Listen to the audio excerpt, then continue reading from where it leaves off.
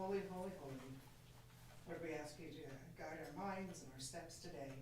Let us do what's best for all those in Ottawa County Board. Thank you for the people that have come and will present and to share their wisdom. In Jesus' name we pray. Amen. I pledge allegiance to the flag of the United States of America and to the republic for which it stands, one nation, under God, indivisible, with liberty and justice for all.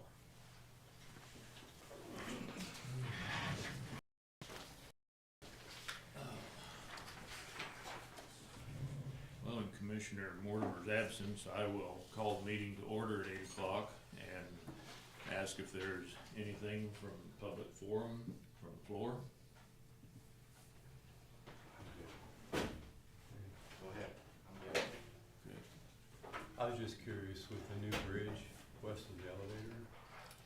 Oh, I'm sorry, you have to come I to have the to table. come now. You have to come to the table if you're gonna talk.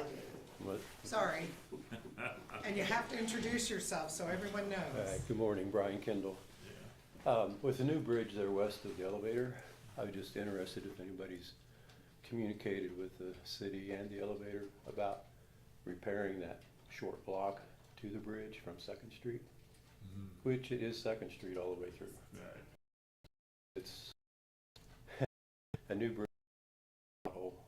in there. Been They're prepping to do the approaches, I think, okay. whenever the weather allows, so. I would guess that's going to be in the city's jurisdiction. I'm asking somebody to check in, I'll do it. told Yeah. different, and I Oh, think you that have. Okay. you just, somebody in power needs to talk with them and Schooler. Okay. And Schooler. Yeah. Okay. I'll check it out. So, Yeah. appreciate it. You bet. Appreciate you bringing that to our attention because that pothole at least ought to be filled. You could almost lose a semi in that. You're right. Thank you. Okay.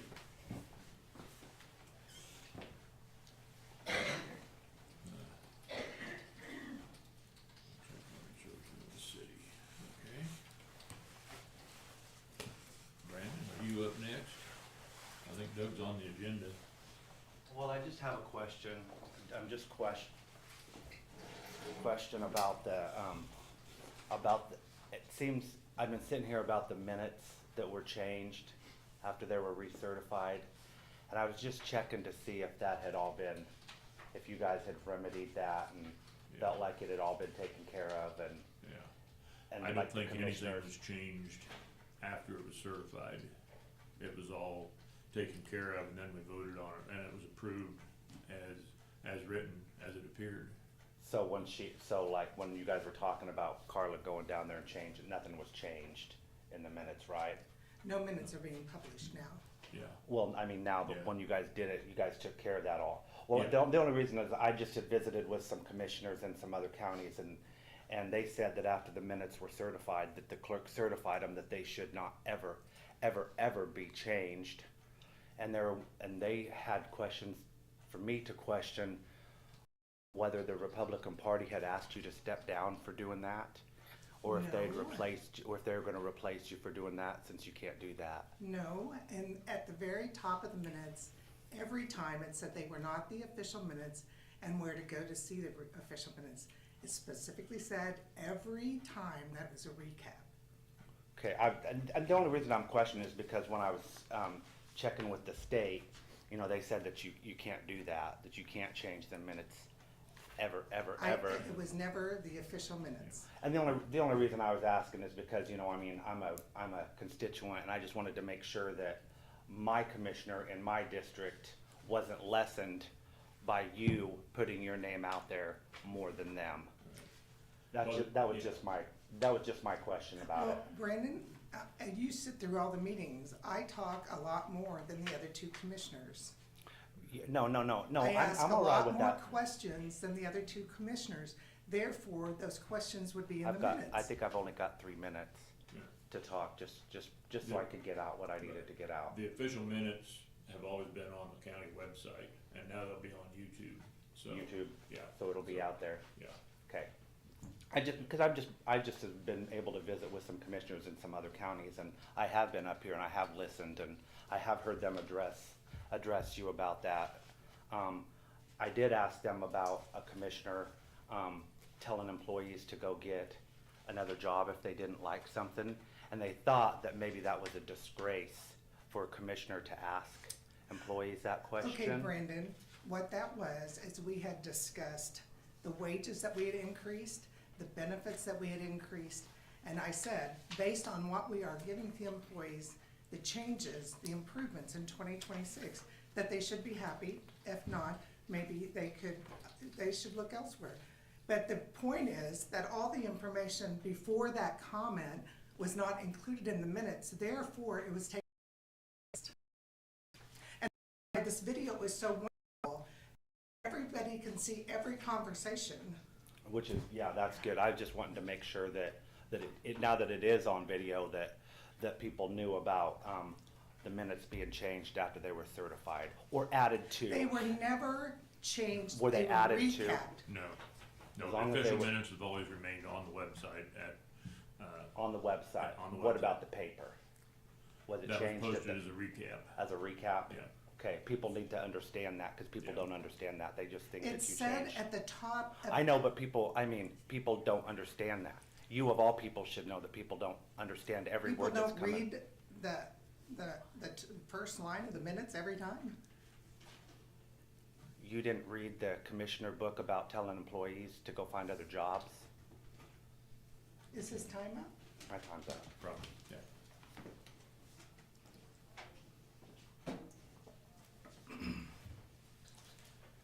Okay. Mr. Plummer, tell us about the golden wheel. Well, Doug Plummer, and I'll try.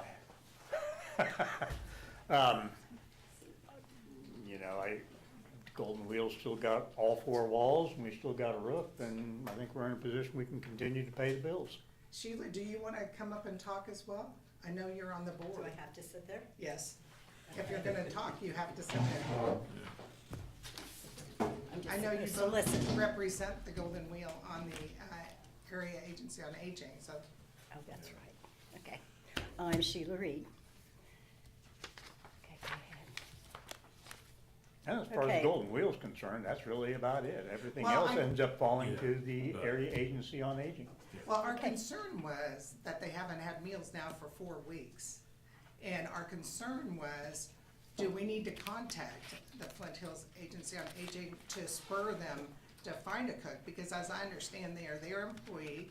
You guys subsidize the wages, but it's their employee. What can we do to help? Call them. Well, we can call them right now if you want. Yes, we had discussed this, and that was the plan. And so I think we need higher ups to get involved. Well, the other side, in jumping into that, I would also point out from a human resources standpoint, that on January the 12th, that's when I think that you're looking at when you reach back for the month. But at that point in time, the call at that point in time is that he had called in sick with the stomach flu or whatever else. Right. Now, That was that's all one the week- information we can really go with. That week, That yes. all having been said, then the next day, also notified, still sick, didn't currently come in, the 15th. Lynn Semple's notified via text that Cook would be out for the remainder of the week. That ends up taking you until the 18th or 19th. That ended up being Martin Luther King's birthday. So then on the 20th, you can begin to take actions. On the 20th, he did not call in, he did not show up. 21st, 22nd. So realistically, we're only So just I'm now sorry. hitting a third week. So you're saying the first week that he called in sick every day and therefore that. I'm just saying from a He did human, call in I every day, don't know what sick area each day? agency. Yeah, he called in. Okay, That and then first so the week. beginning on the 20th, you're saying there was no contact. So it was 20th, the week of the 20th, the 26th, the 2nd. So 1, 2, this is beginning of the 4th week, is that what you're trying to say? Approximately. Okay, so as I understand, they Now, you're absolutely right. We have not served a meal out of there for 4 weeks. I'm just saying from a human resources standpoint, I have to consider that too. yeah, well, I guess the whole, that the seniors aren't getting meals and they serve Right. hundreds each day, and those seniors aren't getting meals. And, as I understand, there has, I wanna make sure that Linda is working on this, that there's, do you see where employment ads are being published? No. Do you know how she is pursuing it? Has she got back with you to say, we've done X, Y, and Z? I should have made another copy. Christy made these up for us, and I should have made y'all a copy of it. That is the timeline. Linda, she does not return our calls, she does not return our texts. When we call, she doesn't answer her phone. On February 5th, which Last week. last Thursday, you did see a job posted That's what we were given, yeah. on Kansas Works, so That you was- did see that? Is Kansas Work and Indeed, that's not the same thing, is it? She kept telling Christy she was posting on Indeed. Christy wanted to post on Indeed, and she said no, she couldn't. It had to be somebody from their HR. Okay, all right, that makes sense. That It's makes their sense. employee, yeah. Mhm. And Christy kept looking, and there was never anything on there. Okay.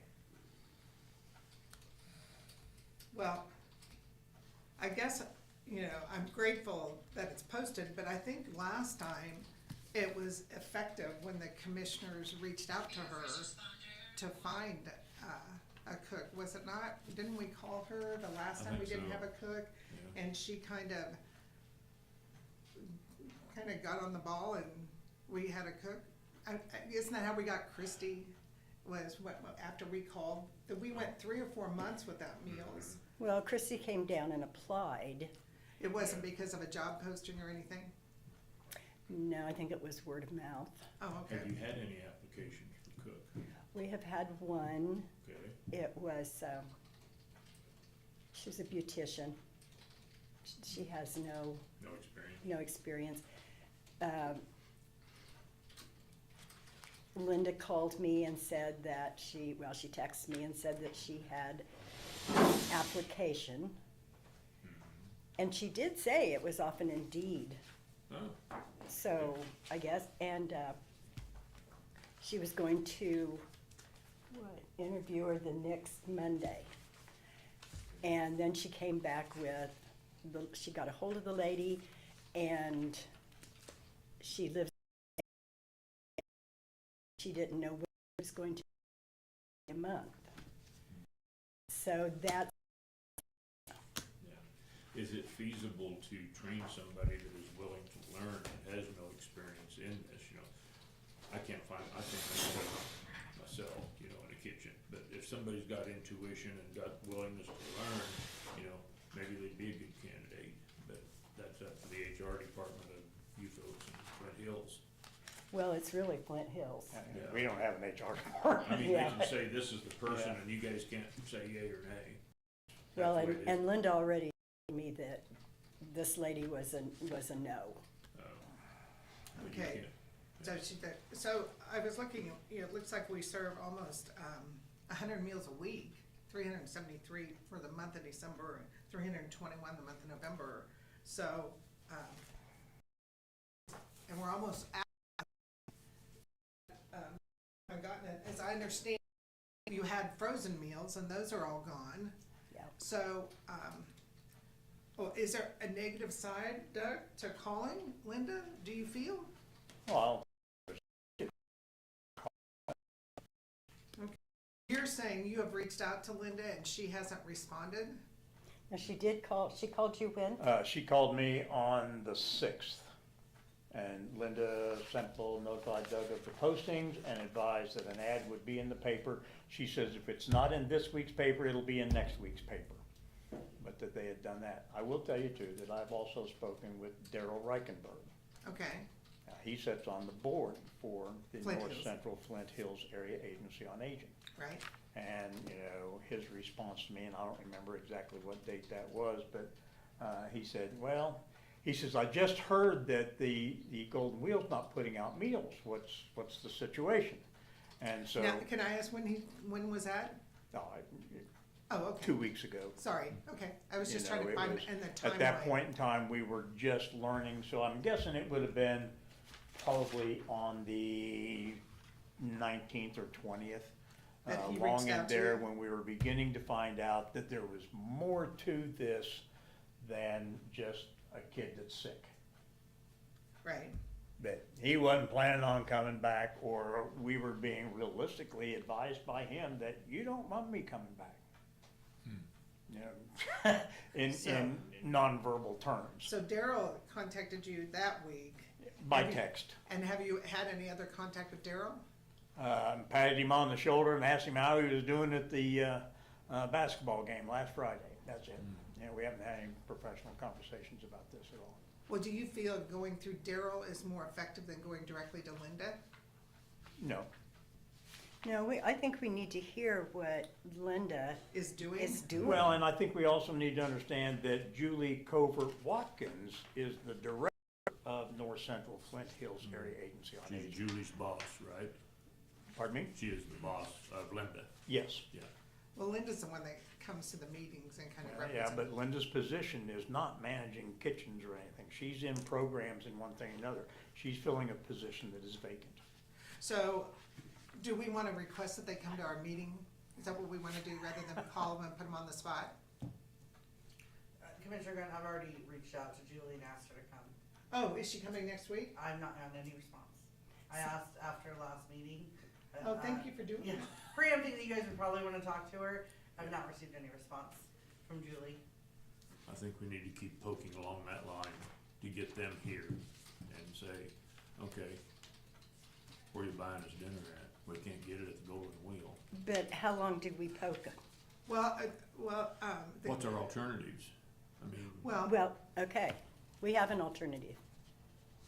If we're not getting from anything from Manhattan, we can get meals out of Salina. We can get meals out of Salina probably by Wednesday. oh, okay, so that's an option.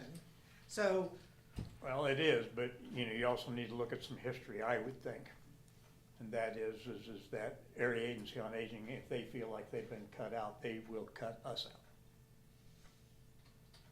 So, I mean, that's the other side. of it. I think they're cutting us out. Yeah, because Linda says that she has gone to Omego and cooked. She said the last time she went, and she cooked there for 2 weeks. Linda did? Linda did, Well, has she offered to come here? no. No, our first communication with her, other than through her employee, which would be Christie, didn't happen until the 6th. Yeah, well, you've called, you just haven't heard anything back. Yeah, leave a message, no response. That went on 6-7 days in my case. And then, she finally called me back on the 6th and said, hey, Well, have we we called, have posted on Kansas Works, not Indeed. have we called Linda and said, we're considering Salina? Yes. You have? I called her, well, I didn't call her. Yes, I called her and left a message. Then I sent her a text. She said that she checked with her higher-ups, and they already had a contract with Salina, which I don't understand. And they cannot, and then the meals were gonna be $4.66 each, Rosie said. Rosie told me the first time I called her, she could supply meals, it'd be $4.66. So Christy and I ran through, we laid out a plan that we could present. to start, having meals come out of Salina. Yes. Okay. Linda said no, Manhattan said no, because they couldn't pay that. Well, they wouldn't be paying it. The patrons would be paying it. Well, I think what they're doing, what she's saying, I'm just trying to interpret this, is that they are subsidizing the Salina. Is Salina under them? I didn't think they were, because No one truly knows. Yeah, we tried to do it other time, and didn't think they were Manhattan. Now it sounds kind of like they are. When Rosie says her employees are employees of North Central Regional Planning, or not, I'm sorry, North Central Flint Hills, Yeah. it's called the right thing. So are there employees from them? Have you asked Rosie a question? No. Because this is what I'm guessing based on what you just said, is that they are subsidized in do not want to use those meals. I don't really know why though. Okay, Why they wouldn't, if we just increase their. I will tell you, just as another point, and that is I'm going over what Christie got. And she said that Salina would like as much notice as possible by noon of the day before is fine. Meals will be ready at 10:30. Each meal is packaged separately like a TV dinner. We will need to bring down some coolers so our food can stay warm. Salina would maintain all the required forms and billing. So we're turning stuff over to Saline County here if this is the route you're gonna go. Salina will honor the friendship meal contribution requests at $4. so that's coming from Flint Hills. Now, that's coming from Salina. No, I mean the friendship meals part of it. I'm guessing, yeah. Yeah. So when you say billing, They want, as as I understood it from Christie, billing us paying them, or is that the patrons paying them? The patrons paying them. Paying As- Salina directly? Yeah, as So long I as, can tell you don't like this, Doug. Tell me what are you opposed to here? well, I think you're gonna cut your patronage down by 40%, 50%. Because of the cost. Well, no, because of the, I mean, I don't like dealing with the IRS, neither do you. My point on this is we're just throwing more out there at the public. So. They're gonna sit down here, they're not gonna deal with Ottawa County, they're gonna deal with Saline County. Well, you don't think. They're gonna control the paperwork, they're gonna control the numbers, they're going to feed that information on up the state. Our numbers will kind of like disappear. Well, I don't know, if we're still providing a meal, I don't understand why you think it's gonna decrease 40%. They gotta report what they serve, they gotta report what. You think? As far as the billing, I mean, don't you think that Chrissy could still collect the money for all of Ottawa County and just send one check No one knows. to Salina? could we call Rosie? If you guys, if we need to either call Manhattan or make sure they're gonna come to next council meeting or commissioners meeting and call Rosie and get definite answers that you guys are asking now. Sarah, where do you weigh in on all of this? You kinda, Uh-oh, Sarah, you have to go to the table if you're If you gonna just- talk. yeah. Sarah? Sorry, it's good. No, it's How fine. wide, how wide a pantograph It's a- you got? it's a All tight I'm gonna table. say is, these people know more than I do. Okay, thank you, Sarah. I just wanted you to have an opportunity to voice anything that we didn't know or hadn't. Sarah has tried to help us and tried to help us through the months. And she kind of gets to a dead end also. She just, it's like beating a dead horse. Because this isn't the first time we've went through this, y'all know that. Yeah. Yeah, I Well, think it that's like affects our all fifth of- cook in the last 7 years or something like Well, it that. affects all of Ottawa County. Yeah. Golden Wheel provides the meals for Ottawa County. How realistic is the possibility that we get dropped if we pursue through Saline County against their wishes? I mean, we're gonna be the rebel child. Well, you're saying Linda does not, even from an interim standpoint, she does not want us to use Salina? Not, because right now we have 0 meals.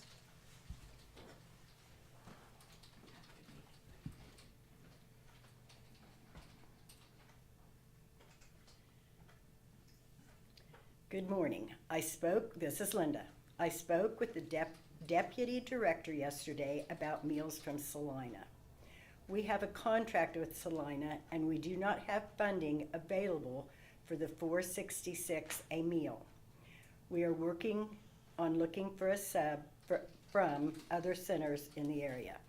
I will ask Christy to give me a count of people who are in need with no other way to get meals. I will be trying to find frozen meals to bring you on Friday.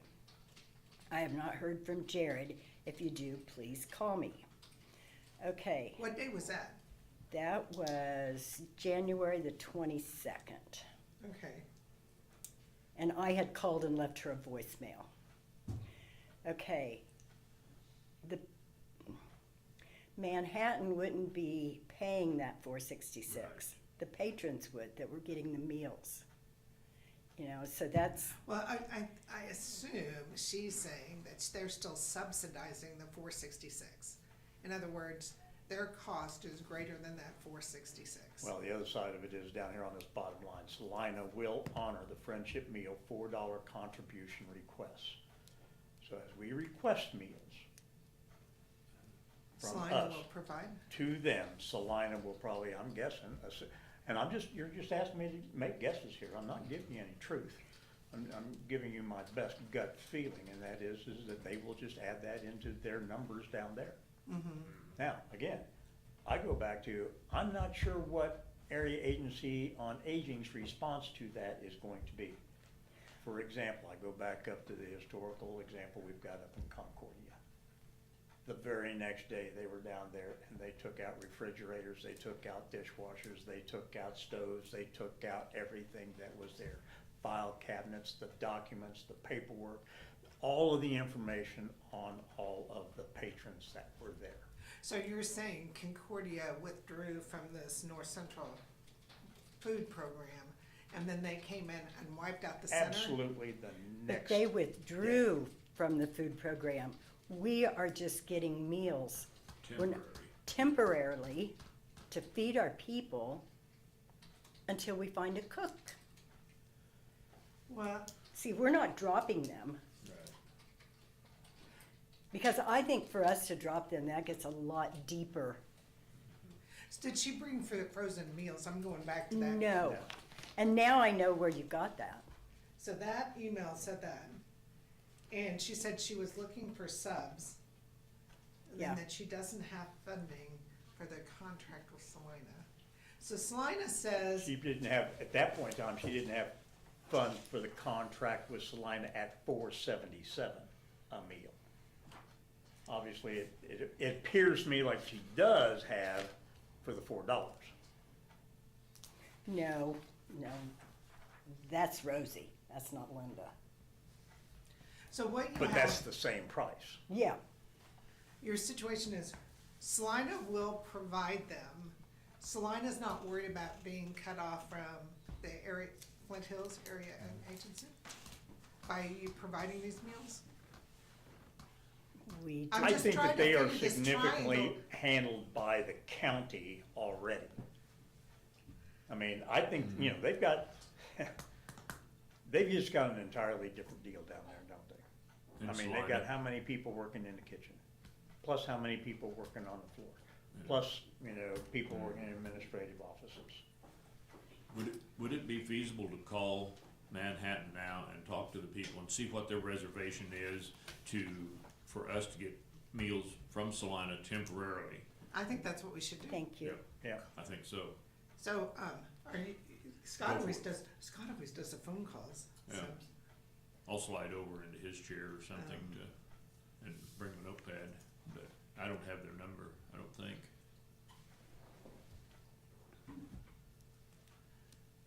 I think we need to work through that first, because that would get us meals by Wednesday, if we can determine what their objection is.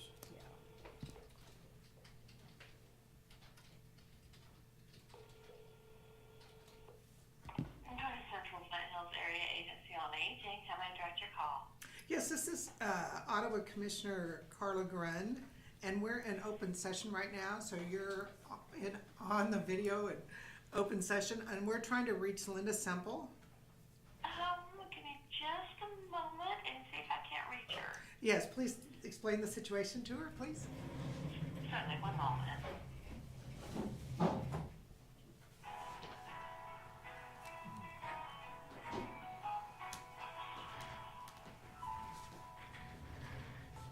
You probably don't want to hear that. They don't want to hear the music.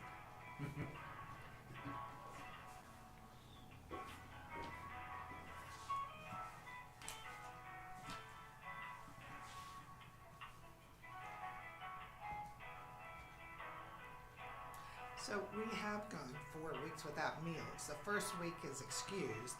So this is the start of week 5. Yeah. Were there frozen meals available during that first week? Yeah, and They said Yeah. they were all gone by Friday though. Jared was really good about. She's not going to answer.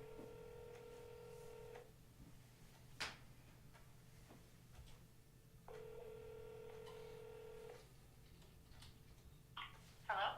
Hi, is this Linda Semple? This is Linda. Hey Linda, this is Carla Grund from Ottawa County, and we are calling you an open session, so just want to let you know, give you a heads up, and Dwayne Morris, our other county commissioner, is here, as well as Doug Plummer and Sheila Reed. And we're trying to figure out how to get meals to our seniors in Ottawa County.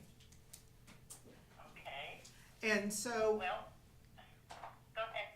well, they have presented, what we have discovered is that this is the beginning of week 5, that they haven't had meals for our seniors. And the board has had some discussions with Saline County, and they would be, it sounds like they are willing to provide meals for us at a set cost in the interim, so at least our people would have meals. Are you okay with that? Well, there was a discussion Friday with Rosie from Celine, and from my understanding, they were not prepared to do that. Is that what you believed, Sheila?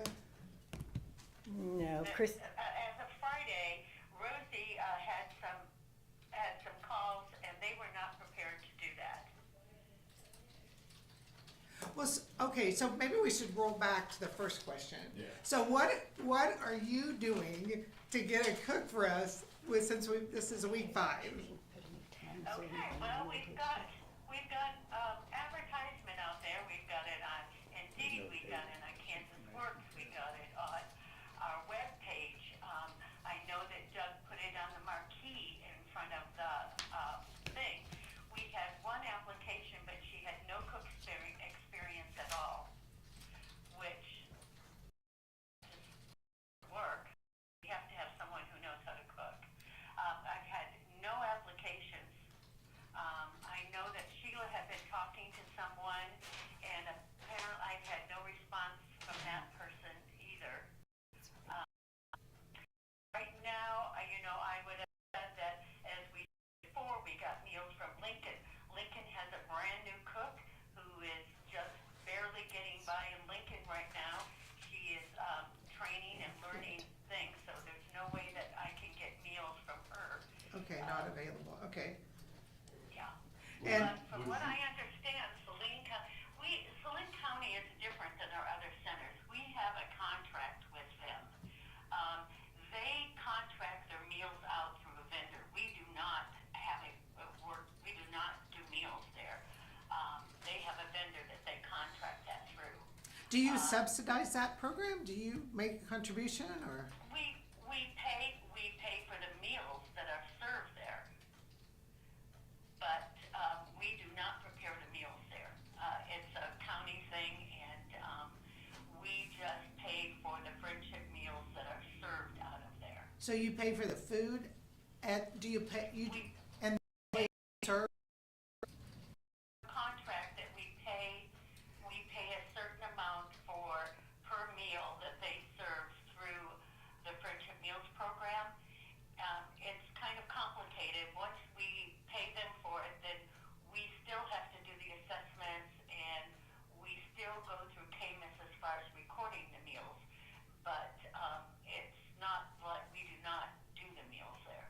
does the money go that the patrons pay? Where does the money go that the patrons pay for the meals? The money that the patrons pay for the meals, it actually comes to us, and then we pay it back, believe it or not. I know it's So pretty they're not complicated. funding anything. But when we do a meal for the friendship meals, the reimbursement is like 65 cents. So per meal, that's what we would receive from Camus. Then the donations are given to us. Then we repay that money back to Salina. To the vendor? Because they charge a different amount of money than we charge. Their cost is more expensive than ours. This sounds like a very complicated issue, and It is. the essential It thing is that we get meals started in Ottawa County as quickly as possible. Would you come and substitute cook for us for a couple weeks? I cannot. I am right now taking care of 36 different senior centers. And like today, I have 9 meetings that I should be at today, and I'm not going to be able to make those all 9 of those meetings. Do you have anybody in your organization you can recommend for interim? You know, we have been looking for substitutes to bring up there.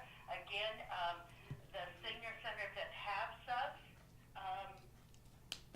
obviously they don't have one in your county.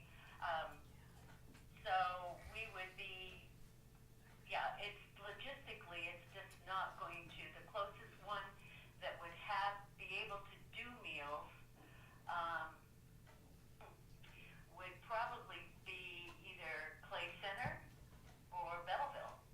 We do not have anybody, we do have somebody in Wilson, but again, she's a new cook, so I don't know that she'd be able to, and logistically getting those meals there would be a problem. Could we possibly maybe get some frozen meals up to you? I've been working on that too. But I have had no interest in anybody as far as applications to work up there. Okay. I understand that it's a What difficult time job and it's did she difficult talk to to fill. Rosie? But you also got to understand that we've got seniors here in Ottawa County that are depending on this, that we're not producing for. Did you just talk to, did you just talk to Rosie today that they were unable to do No, it? it was last week. It was last Thursday or Friday. Okay. That I got a call that she had called somebody else and said that they wouldn't be able to do that. Chrissy's got emails stating Now, if that someone Rosie from could there do would it. like to go down and get meals, that's possible. Well, that's what we're But Well, planning. that, no, Linda, That- that's what we're talking about. Is they prepare them, As far as eating in, they will not provide like 80 meals to come up there. They do not have this would be in-house, if someone wanted to come down there and eat in their facility, they could take care of that. we've got information up here to the contrary, that they would be able to supply us if they would fix them in-house in Salina, and we go pick them back to the Golden Wheel. Okay, and who gave you that information? That was Friday, Rosie to Christy. She's got okay, emails. so there's an email on Friday from Rosie to Christy saying she could do it. Okay. Sheila Reed is here that was able to, had that in her phone, had that information on file. So Okay, well, that would have to come through us because we have a different contract through them. And, as far as contracting the meals, it would be, it would take a change in our plan and it would have to go through us. Now, if she is talking about providing the meals at the cost that they charge, Yeah, read her that. that Yeah. would be up to, that would be up to the individual to pay for that. Right. Right, and so Yeah. that's the key, is that Rosie said that she would be able to provide the meals to Ottawa County at $4.66. We would have to come and get them I'm sorry, Yeah, now Rosie has changed it. to what's in front of Rosie you. says it's $4. Anyway, they're saying that they would charge $4 for us to go down, pick up meals there, and bring them back to our facility. And the patrons would pay. The $4. Then are you willing to pay that $4.60? No, it's the $4.60 is off the table now. Okay. This here was the last communication. Okay, so the last communication to the board was to be $4. It would be prices, they would billing, Who would do the billing? Salina would do the billing, just like it says on that sheet. That's what Christy has in her emails. But is the billing for a total amount or for each of our Each of our They're patrons. gonna bill each of our patrons? That's what Christy does. So it would be billed as a lump sum to Ottawa County and then No, it would be Christie. you, See, I don't understand, yeah. you would, It or- sounds like she is planning on sending you 60 meals at their cost. she is At going, $4. she is going And to, not as a donation, just as a cost. It is a set cost per meal, you're Right, correct. Right, not a donation. Right. no, that's not what she's saying on that sheet. I thought you said right here that we have to pay $4 per meal, it's a set cost, Yeah. it's not by donation. That is the donation. That's a Manhattan donation. We would like you to pay $4, but if you can't, we will take what you can afford. That's what the sheet says. In other words, the policy is, we're not gonna turn away. Yeah, we can't turn away anyone. So when they bill them and they don't pay, what happens? Nothing. So they- Nothing on our end. So the key thing is that, so why won't this work? They're gonna provide the meals, they're gonna do the billing, what's the negative side? The negative side is that we would be paying, I mean, do you expect, see, we have a contract for them. We do, the meals that they serve out of Salina, we do not pay, we have a set amount that we pay per meal. But aren't you reimbursed for that? It's just a whole different setup than our normal. It is the only county that we have an agreement with that we pay X amount of dollars per meal. But I thought you Yeah. said you were reimbursed for that. That you pay Not them, they pay you, and yeah, it's a not- wash. No, it's not a wash. It's not a wash. We end up, it's a cost to us, because they charge more for meals than we do. They charge us more for meals than we do, so. So That how doesn't much make is it gonna sense. cost you to provide these meals? Does that Probably make sense to you? $4.60 a meal. But where does the money go? You pay Saline County that much to Yes, prepare the meal. and then we can write it off to Hammond, and we'll get 65 cents, or they would have to, see, I don't know how Rosie plans on doing that, because the monies that, we would get the monies that you receive from your patrons, plus 65 cents. So average thing that we get from donations in Ottawa County averages about $2. That fluctuates. So we would get the $2 and the 65 cents, but we would be paying for the meals, the $4.60. But you said you would get the money from our patrons to Right, your, and the average donations that we get from the Golden Wheel averages out to a little bit more than $2 a meal. if we can specify that these meals are gonna cost the patrons $4, then you would get that, or whatever number. Not get bad. Yeah. I don't know if we can do that. As to make up the difference in the meals? Right, to make up the difference so you're at a no cost. Somebody's gonna pay, but it sounds like we're paying 2 or 3 times, once to Saline County, once to you guys, and then the patrons paying, and wherever that money goes. It sounds pretty Well, confusing. what would happen is we would pay Saline County the money that Rosie was charging, and then we would get the donations that you receive, Okay, and then we'd get our 65 know, mix we're up on that. it's probably gonna cost us close to $1.75 to $2 a meal to do it. But if we can specify that our, $1.77, so what they're Until really we doing find is they're saying, a all cook, right, which we're gonna is treat just all your seems people to be like impossible you up would there. I'm for not really sure congregational meals. what the problem is. So now they can take that I and just they had can no charge me. inquiries at all. why can't we implement this on the interim and specify to our people, you know, the importance of paying $4 or whatever, X number of dollars and cents, and if it comes up short, the Golden Wheel can supplement that to make sure you guys don't lose money. I mean, we've gotta push through this to get it Wait. working. We can't speak on behalf. I can't put the seed here and board directors. There is, rule is, anyone away. Several patrons that eat for a little of nothing. And you know, if they won't pay, we can't refuse to take them meals. But We is it- still have to take them Is it meals. legal that you guys, since we're in this bind, to supplement, if nobody pays, if two people don't pay, can you supplement $8 or whatever needs to go to Flint Hills to make them at a zero loss, you know, pay the supplement out of? Well, if we I got only no average idea how $2 it a works. meal and it costs $4 a meal for them to provide it, they lose $2 a meal, $2 on every meal they provide for us.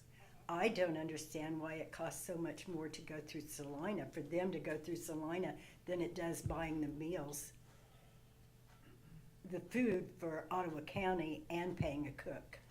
Is it legal for you guys to supplement to Flint Hills area on agency if we come up short? If we serve 10 people at $4 a meal and we only collect $20, can you guys legally supplement the $20 back to Flint Hills? Not Well, daily. it's not $20 because you're into 10 meals and now you're talking about 40. Yeah, but Right. if we only get, And they can get up to 2 meals a day for up to 7 meals per week, right? So 14 meals. 14 meals a week. So this one person can get 14 meals a week, and if they don't pay, we're, you guys are not in a financial position to subsidize we're not. that. No. Okay. Yeah. But even on a short-term basis? no, Well, it took them 4 months to find a cook last time. I don't know if you wanna put yourself in a position to drain no, your finances. that would drain our savings that we've built up. Okay. So is this not gonna work out at all with Salina? I think, I would, going back to Rosie, if Rosie talked to you on Friday, said, work, the key is that if people pay, then we'll have to keep providing meals. Well, I think that the query from my perspective yes, is I'm if sitting they down have here. an assessment. Yes. Assessment, we have to pay, we assess. And they, all that. But, They only have one meal available. I mean, if we had like frozen meals, if we brought frozen meals up there to distribute to homebound people, we wouldn't be able to, if we wouldn't be able to provide them that many, at least they would get one meal a day.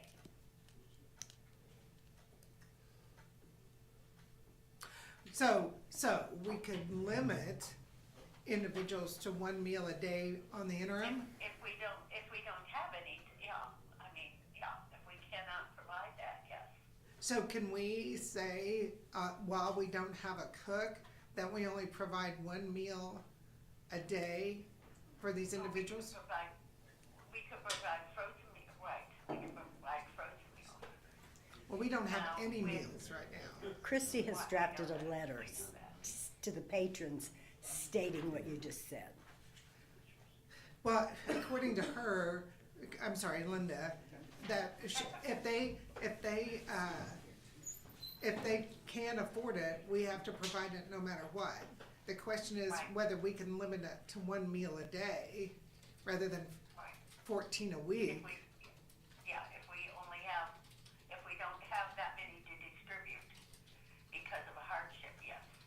So we can say we're in a hardship situation right now, and, Well, I've got, yeah, this is something that I'm going to have to take to the director and the deputy director, and they're going to have to get in direct contact with Rosie, because again, this is a contract that we contract with them, unless you individually are going to purchase meals from her.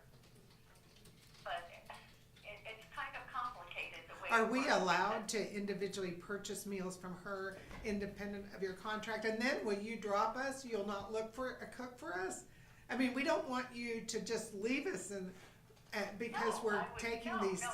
temporary No, no. ones, but we have to kind of get meals coming from somewhere. So in the interim, you're saying we could contract, or the wheel could contract with, Salina to get these meals and to provide one meal a day on the interim until we get a cook?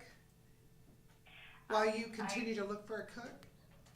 I don't know, that's something that we're going to have a conversation with Rosie. I was told last week that they were not able to do this. I know that they've had some problems with their distributor also, but I'm not really sure the conversation with Rosie, that she is thinking that you guys are going to have individuals come down there, or she did say that you were going to purchase bulk meals. Yeah, we were never gonna send ours down to Salina. We were just gonna get meals distributed up here, packaged individually. And we had a driver to come And we down have and a pick them up. driver. Well, we have a paid driver there, yes. We have a driver that can pick up meals, absolutely. If that is something that can work out with the contract we have. So you need to check with your higher ups, with your. Right. How And quickly get can in you do that? Well, I will start that motion today. The deputy director is not in yet. She will be here at 9 o'clock, and as soon as I see her and we contact Rosie and get this all settled, I can get back with you. Okay, do you want us to get back with us, or do you want us to get back with you guys? You. Well, Me? it's up to you. Okay, How about we call you, at what time do you think you will have the answers that we need? And we would call you. Probably it would be best that I contact you. I have some meetings. I have to be on the road, so I am not going to be in the office all day. And I'm not sure of the deputy director's schedule today. So if I could get in contact with you and let you know what we found out with talking with Rosie and our area plan, and what our area plan is going to allow us to do. okay, well, why don't you do this? With grant money, yeah. Absolutely, I understand. Why don't you get back with me, and then I will talk to the board, talk to Tammy, and if we have to have a meeting, we'll have another meeting. Okay, Yeah. okay. And let me get your number for sure. It's 954 954 296 296 8257. 8257. Okay. Can I ask you one other question? Do we need to look into Clay Center as well in the interim, or just wait to hear back from you? It would have to be something that would go through us, and I would have to contact the cook in Clay Center. Okay. Clay Center only has one cook, and the number of hours that these people work depends on how many meals they can put out. So I can't guarantee you that we could get meals from Clay Center either. So, Okay. With you, appreciate all your help, and I'll look forward to hearing back with you within the next couple days, yes? absolutely. By today, you should hear something. Perfect. Well, thank you, Linda. You're welcome. Bye-bye. Bye-bye. By That the was- end of the day? Is She that said what today, Yeah. Okay, so, by today, okay, well, we hope she does, yeah. right? Okay. And so there's contradictions between Rosie and her, and I think they need to get that resolved, that they're okay with it before they should really offer us anything. And I don't Well- think, Okay, what if I I will call her at 4 o'clock today if I don't hear back from her. Or do you know what her office hours are? till 5, till 5. I'll call her Yeah. at 4 today if I don't hear back. okay. I know this is just leaving us in the lurch, but at least we talked through some stuff and she answered the phone. Yeah, Yeah, so we're grateful for that. okay. But okay, what, I want to tell you what Christy has got in the works. You know, and I think maybe we told you. She's drafted a letter. If we could get them for $466, we wouldn't even use their driver. Well, I think Linda wants to make sure that with her director, it's okay to even do that, for them to do it independently. I think we have to wait. Okay. I think we have to Okay. wait to hear back from Linda today.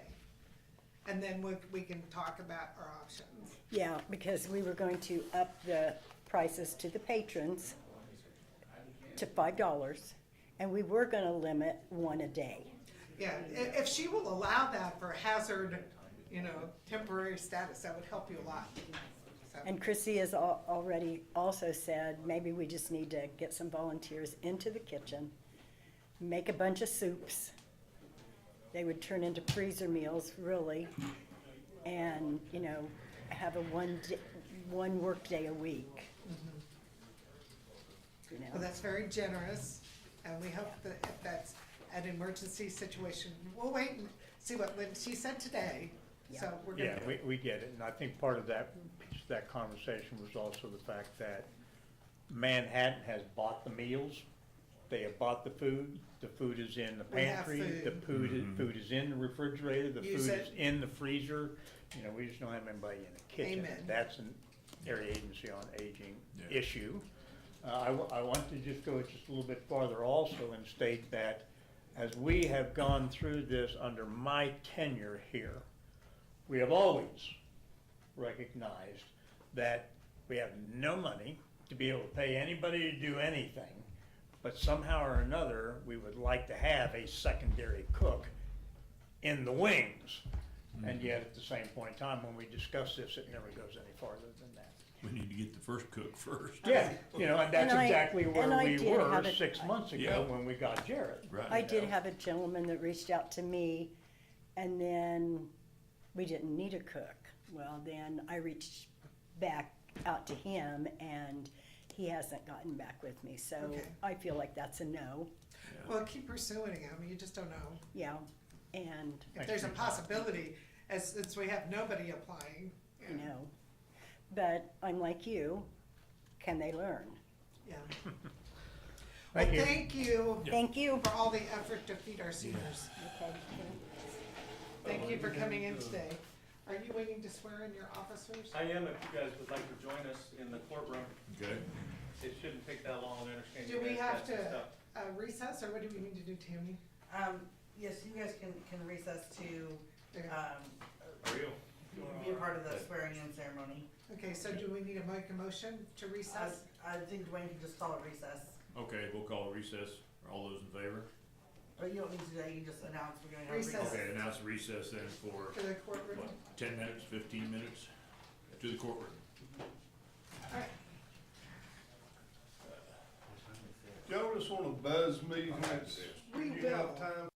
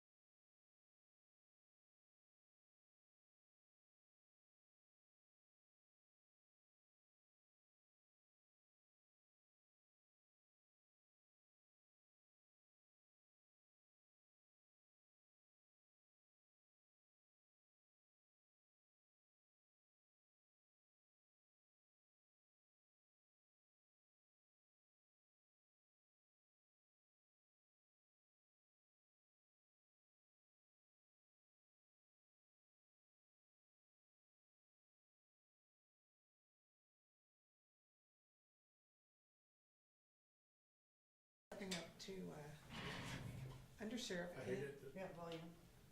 well, I guess, from what I heard, they were gonna, the lady's gonna be the school resource, so. Yeah, and Ashley's moving up to SRO, so that works out well. Gratefully found somebody. Did you let Scott know about his new position? No, you can break the news to him. Guys, that'll never be laid. They were needing to cook at Golden Wheel. Well, I'm a cook. Okay, you tell by looking at me, I do all the Can you, cooking. They're can you, business, can you do 100 meals a day? I'll tell you who could, but it don't pay enough for him to do it. My son, but he gets so sick and tired of the kids up there. Tammy has it right there, a little envelope for you. Oh. And You would have presented it all on camera, or you could, good, yeah. lucky you. You put yourself right here. So is this on? Yes, everything's been on. Well, come on over, Paul, or Ross. I get you on camera. Yeah, since I've been commissioner, I've decided to, just a little thank you to each and everybody that I can thank. $25 gift card, blow your name out of the hat each month, and you were one of them this winter, this month. Sweet. So, appreciate what you do, that's just what I can do to Hey, thank hold you. on. You guys, you come over here and face her so you can get a picture of her. Oh, okay. Right. Okay, wow, yeah, that'll work. Perfect. Appreciate what you do. Appreciate You guys? And ladies. Thank you for stepping up, Undersheriff. Well, I think the simplest would be just to call, Mr. Hughes and put his, audio maybe on my speaker, on my microphone. Are you here for the conversation with, Mr. Hughes? No, ma'am, but I'm happy to listen in if Okay, if I'm I just welcome. I just wanted to make sure you knew the order of things.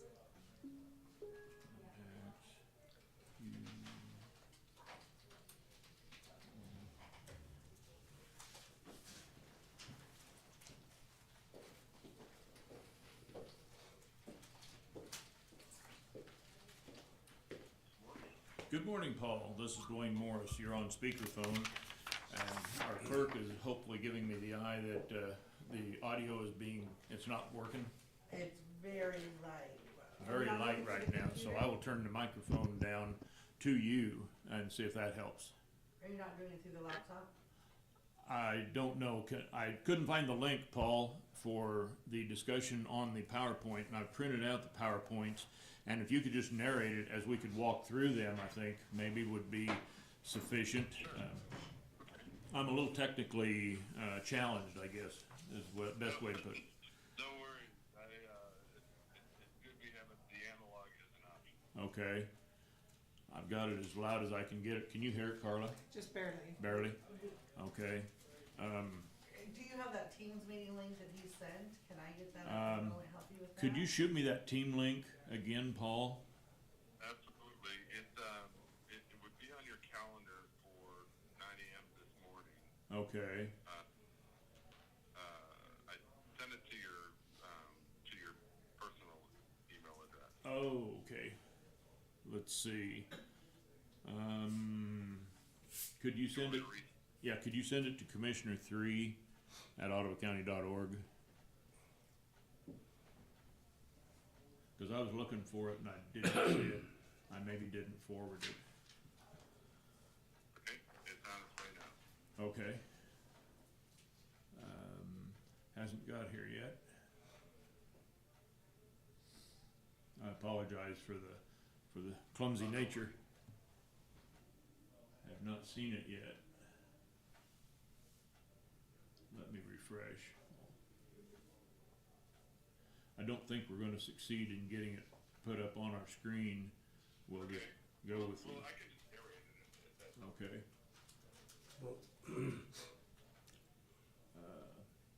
It hasn't got through yet, Paul. okay. Dwayne, why don't you come over here on that table with your Okay, laptop? yeah. If Okay. you need the laptop, then you can be a little closer kinda here. Maybe that would help, yeah. The main thing would be just this PowerPoint presentation that we handed out, and I can't plug in the speakers. Okay, if you can narrate, maybe that will work.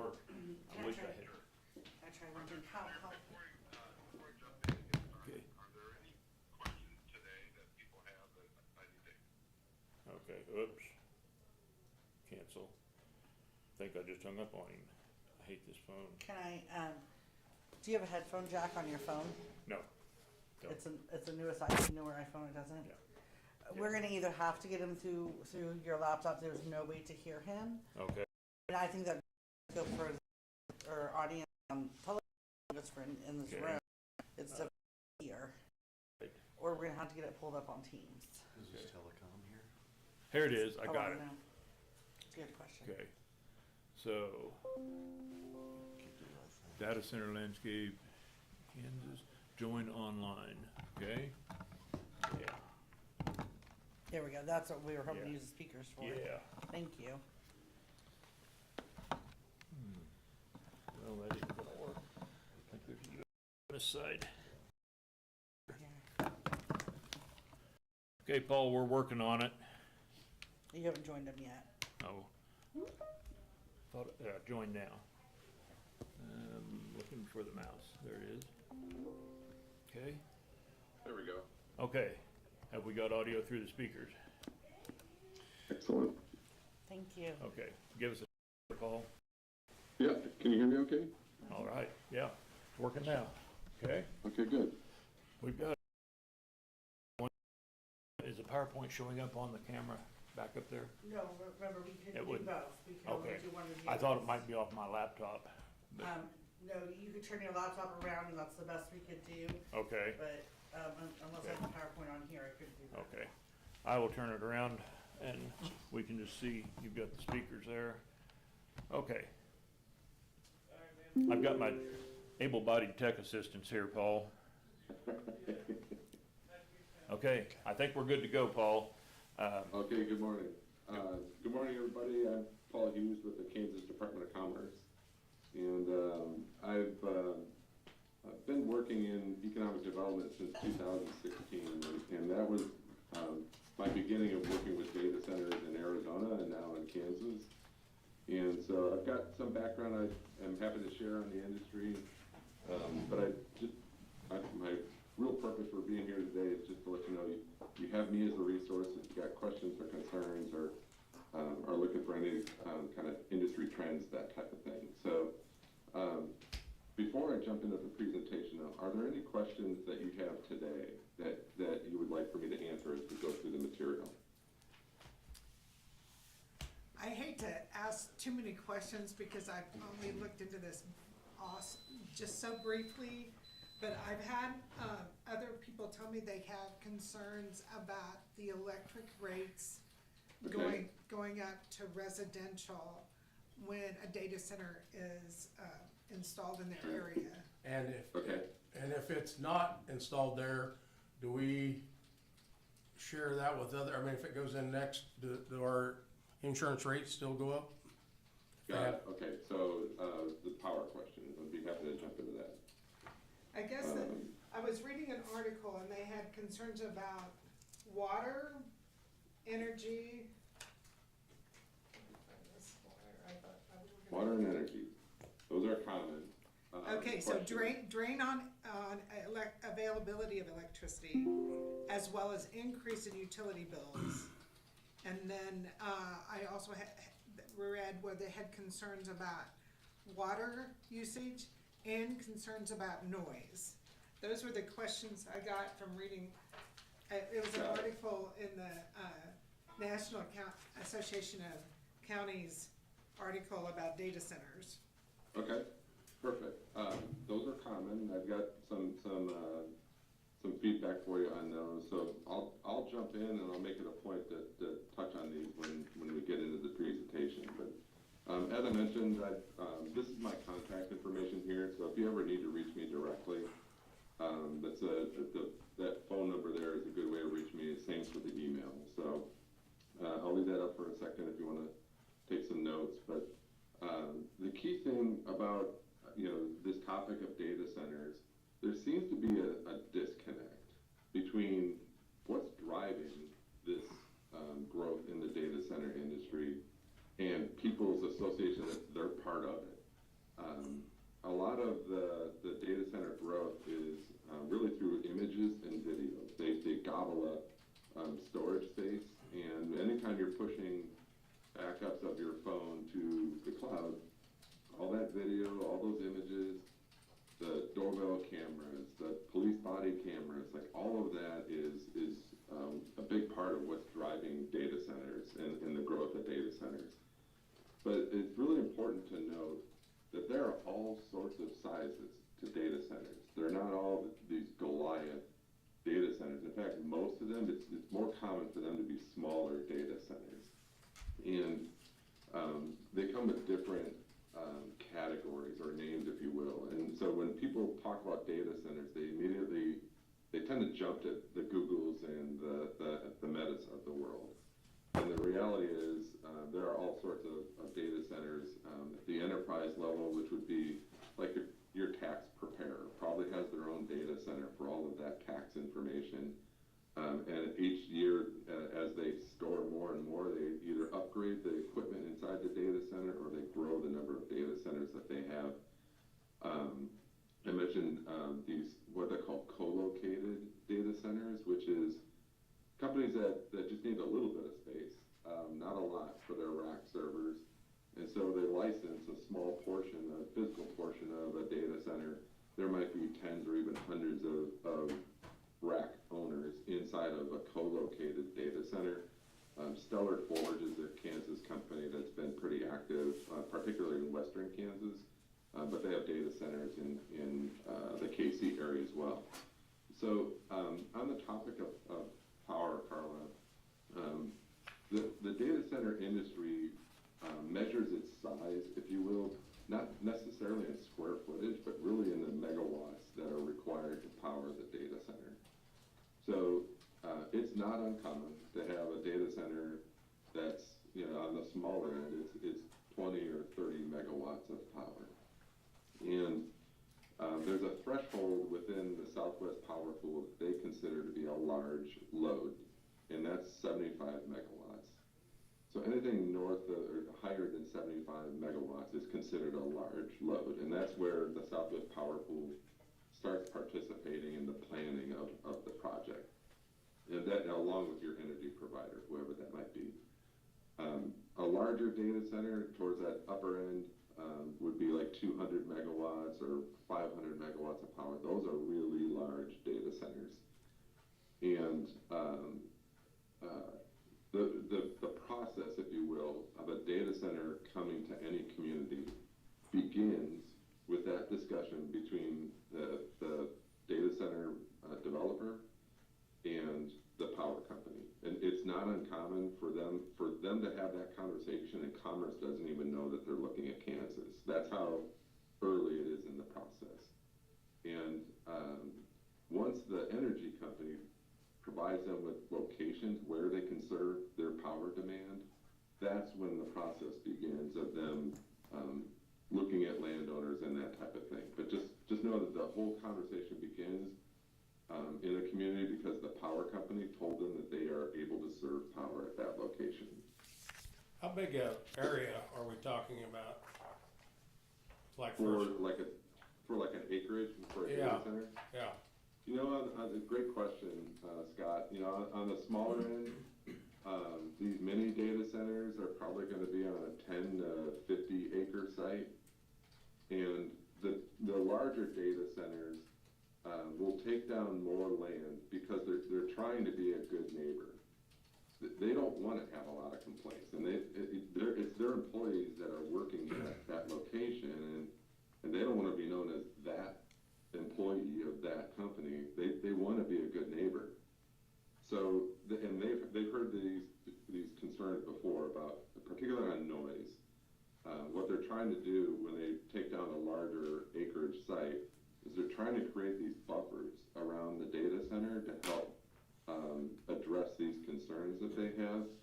So on the mega scale end of a data center, it'd all be unusual for them to be anywhere between 600 acres to 1,200 acres in size. And the goal there again is to have that standoff distance between them and their next neighbor. Now that would be on a larger scale data center? It would be. Okay. Yeah, it would be. Gotcha. Okay. The concern that, like so I mentioned earlier that I came from Arizona. There's a community out there called Chandler, Arizona, and the concern they have is these speculative developers, try to jam a huge data center into a small footprint, and that's the recipe for trouble right there. And so that's where you'll see local zoning and that sort of thing taking effect. So as communities are looking at data centers here in Kansas, it's really important that they factor in, kind of like there's light industrial and heavy industrial. If they're looking at regulating how data centers come into their community, it should acknowledge that there are small data centers and there are really big data centers, and that they operate very differently. So a question about like, why is this happening now? Kansas has been investing in infrastructure for the better part of, since I came here in 2021, I recall a large investment of about $5 million going to the what they call an internet exchange point, or an IXP in Wichita. It's the only internet exchange point in Kansas. The other one in the area is in Kansas City, Missouri. And it was a big investment that we made because we were hearing from communities wanting to host data centers. And people wanted the data centers because they were a great match for smaller communities, because it was a big investment. It was a lot of construction income there as well. So it's hotels, it's restaurants, it's all sorts of hospitality while they're building the data center. And then once it's built, most of those people go away, and now we have an employment footprint of anywhere between 25 to 75 employees, and that smaller communities could more easily absorb that from a housing standpoint than trying to host something like Panasonic with thousands and thousands of employees. So we've been making these investments in the internet exchange point, in broadband services, improved connectivity for the communities. And then within the Southwest Power Pool, there's been a recent approval for them to double the capacity of the transmission lines in the state. This is a multi-billion-dollar investment that's being made in the state, where some of the 365 kV transmission lines will be going to 765, which is a huge increase in the power, the ability to deliver power. And that Southwest Power Pool, in this meeting invite, I included a separate document about what the Southwest Power Pool is doing to address concerns about the availability of power. And then we'll get into the pricing discussion here in a little bit too. But just know that I mention this because there's been a ton of investment in response to communities wanting to host data centers. That includes passing SB 98, which is basically a supportive bill for data centers in the state. And then really, I mean this respectfully, Kansas is late to the data center market. And that being late allows us to apply lessons that are learned in other states. And that includes protecting the residential ratepayers. In Kansas, it's prohibited by law for a data center to pass their infrastructure costs to the residential ratepayers. They're required to pay it themselves. So there isn't, from a standpoint of an infrastructure build out, there's a wall between them that the Kansas Corporation Commission instituted late last year. And so for us, it appears that there's this land rush for data centers, and the reality is you can see these other states that have made some considerable investments. They wanted to get this big in data centers. So between Virginia, Texas, and California, that's where most of the data centers in the country are. And so for Kansas, going from 10 data centers to 20 feels like a lot. And you'll see by comparison that actually Kansas is on the lower end of the scale as far as the number of data centers that we have here. So as we're talking about what data centers can do for a community, it's important to know that the key thing for them is they want to hire locally.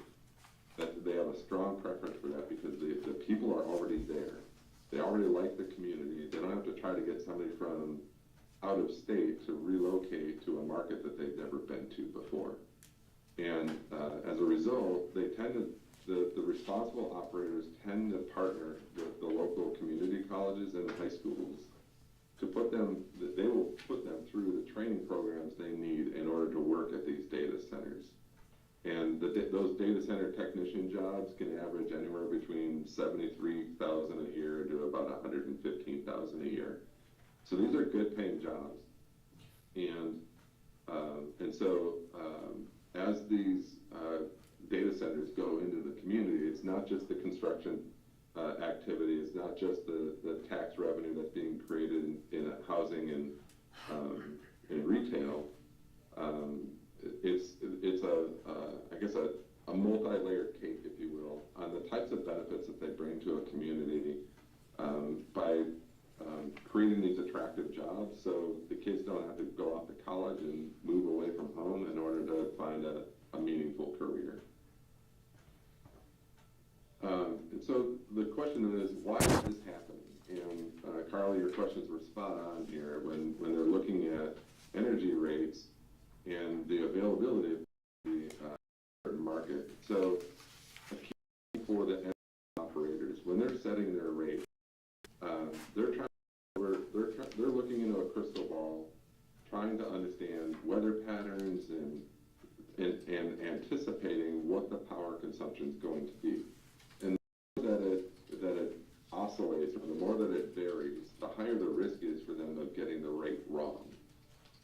And what happens when a load comes into a city that the energy serving is the energy provider is now accustomed to serving a much larger load, and the variation coming from the residential side is nominal compared to the rest of the load that's there.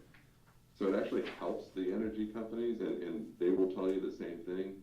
It helps them with setting rates more accurately that have a large load in their system, because the rest of the residential rate draw is smaller by comparison, so there's not as much variation in the energy that they need to deliver. The other concern that we often hear, though, is people are concerned that if you let one in, there's going to be 100 that come into the community. And the reality is these sites for data centers are actually quite rare.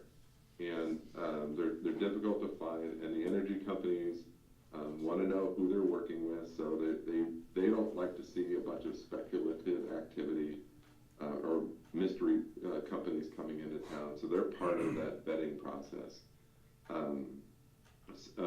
But it does happen, though, and where a developer or a speculator will go into a community and tie up resources. They'll tie up water agreements, they'll tie up wastewater agreements, they'll tie up power agreements.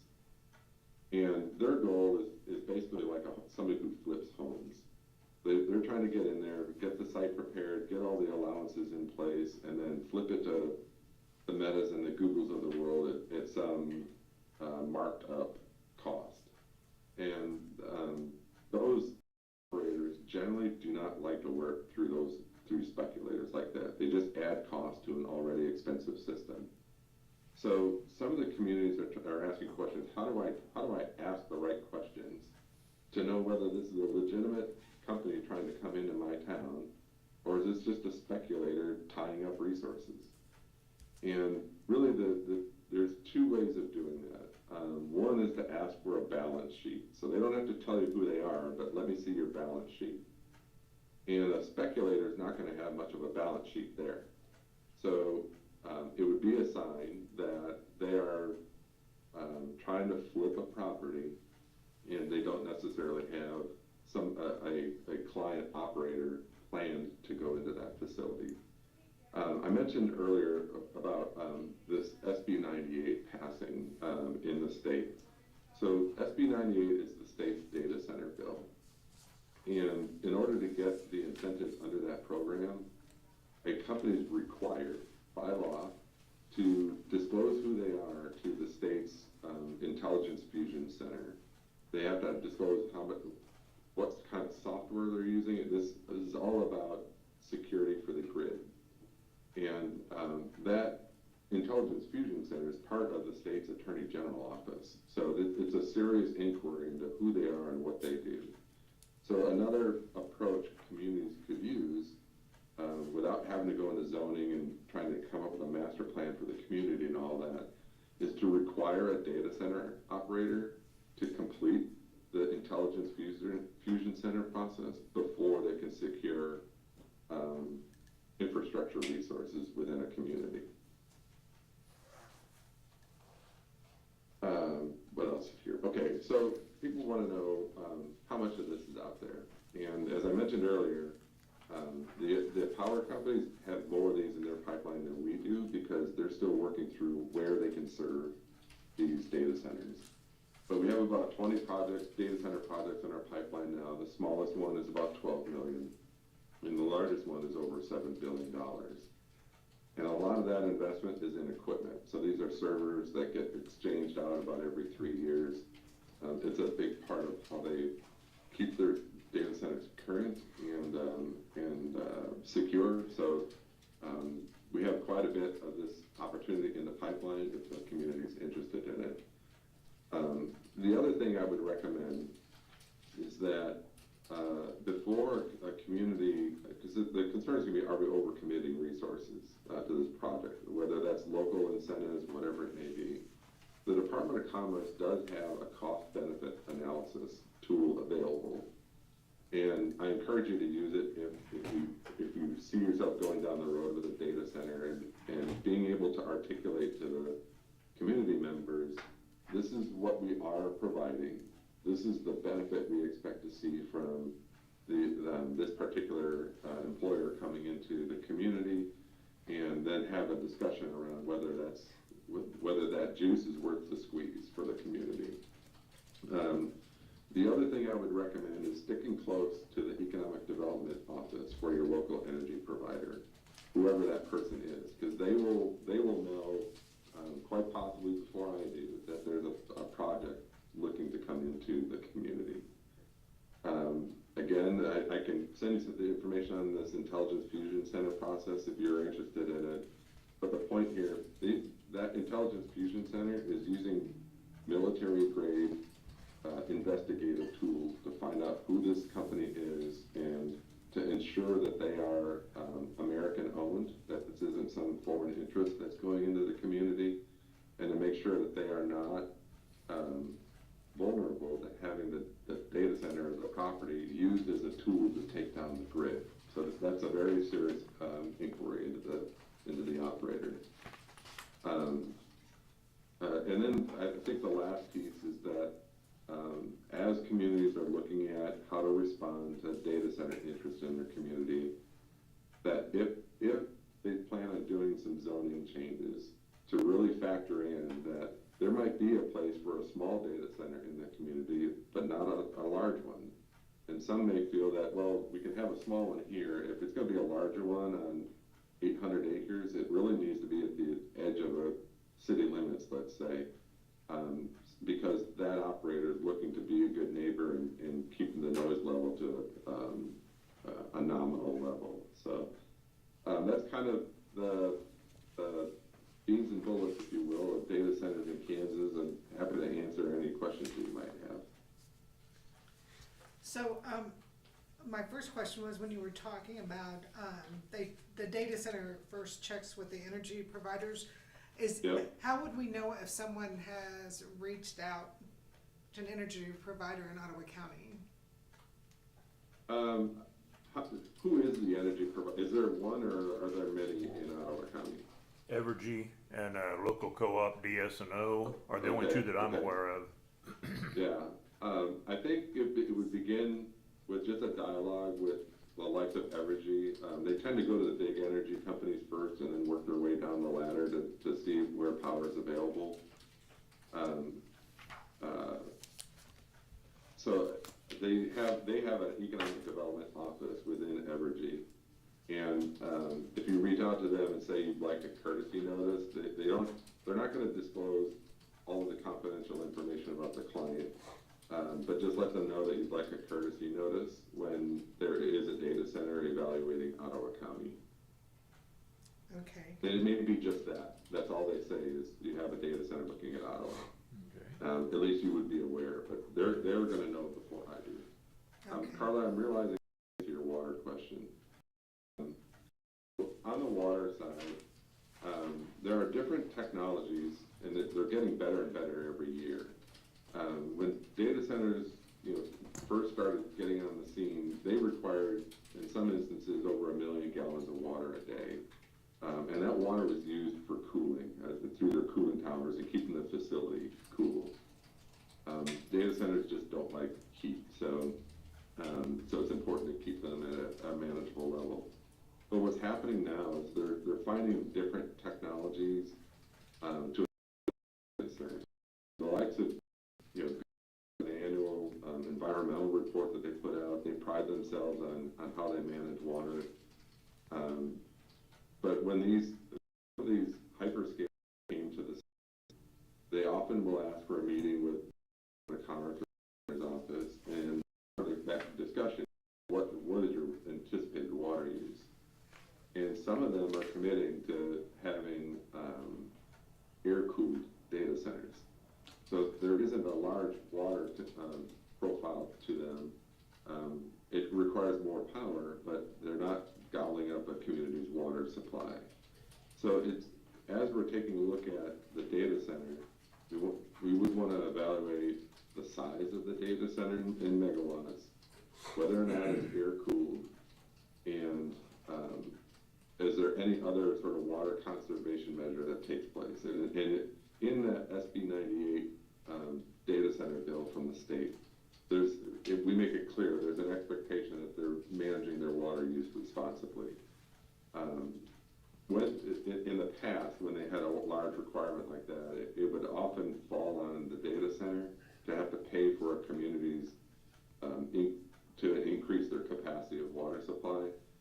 That's a very expensive proposition, and so we see them moving towards the lower water requirements.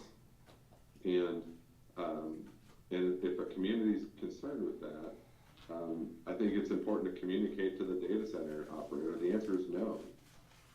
That's the community's choice. If they don't want the data center there, they don't want to have that large load on their water supply, then the answer is no. And so they're just know that as the technology is improving, the water requirements are dropping.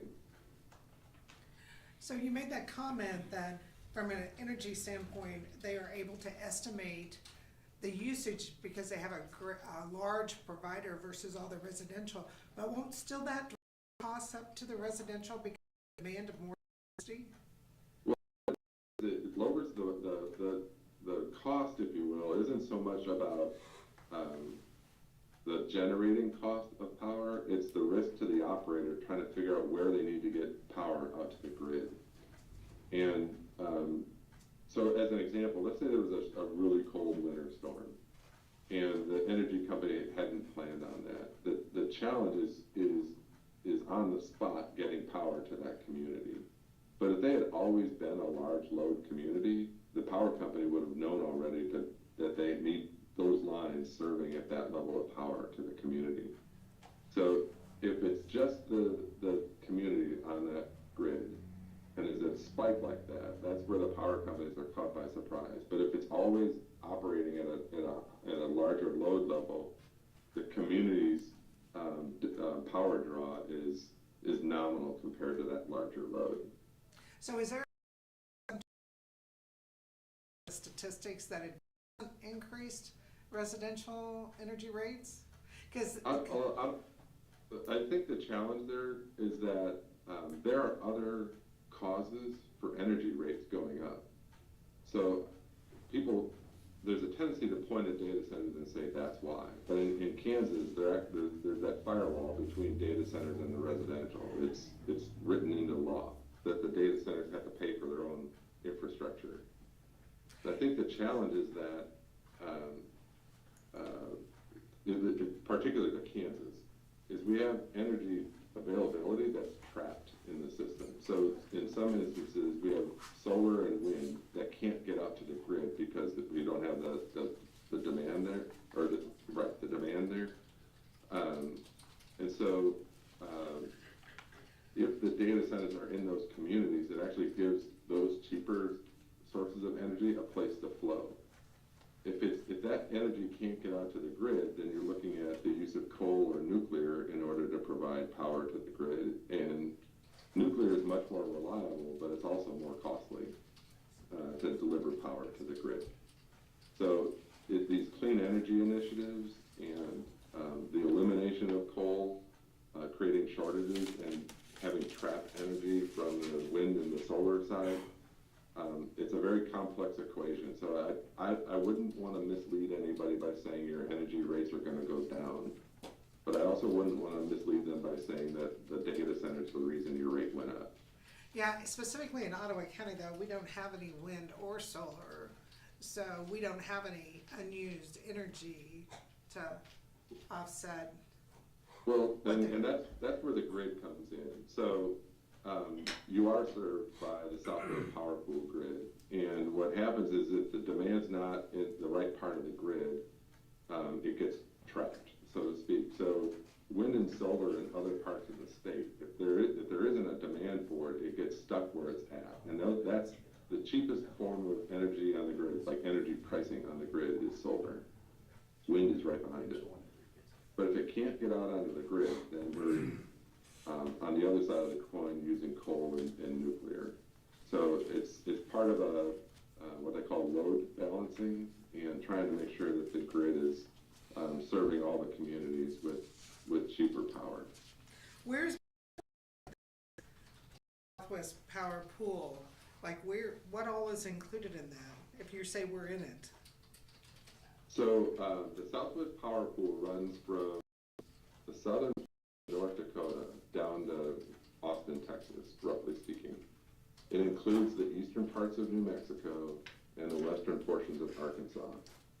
And included in the meeting invitation is a presentation from the Southwest Power Pool on their expansion of service within the pool. They were evaluating some improvements back in 2007 and for pricing reasons decided not to do that. And now they're playing catch up and making those investments. But there's a map of the Southwest Power Pool in that presentation. I'll look that up, Paul, and forward it to the other two commissioners and see if we can post it on the website so everybody Sure. can. I encourage I encourage everybody, leadership, civilians, community members, I encourage everybody to look at that because they'll see what's the demand that's being created and I think they'll even ask questions. Why is Texas gobbling up all this power? So when you look at these data center sizes, do you know what's likely to come to Ottawa County? I mean, you referenced the many, but there's no guarantees of that, correct? No, there aren't, and those are the questions that you want to ask when they're coming in. When they're talking about a data center in the community, my first question would be what's the power requirement? And if it's over 75 megawatts, that's a good sized data center. So, but it sounds like our first question is to Evergy to see if anybody has pursued it in Ottawa County to see potentially who's looking into it. Yeah, I would exactly. Just, they're going to be bound by a non-disclosure agreement about sharing too much information, but they can at least answer the question whether or not there's a data center looking at Ottawa County. So when would we find that out? In this process flow for data centers, they would first reach out to the power. Next is whatever that community is that the power company says they can serve. Trying to identify an appropriate parcel of land for their project. So whether that's 50 acres or 1,000 acres, they would start engaging with some of the locals on their interest in selling land. And if they're able to identify that, then the next piece is they need to figure out, can they get other services that they need, whether that's water or wastewater.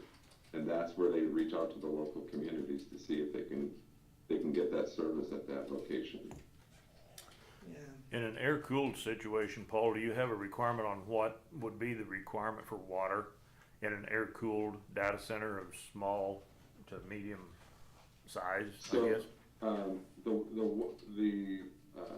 The company I'm working with that committed to that is looking at a large data center. There would be 3 of these data centers on a 1,200 acre parcel.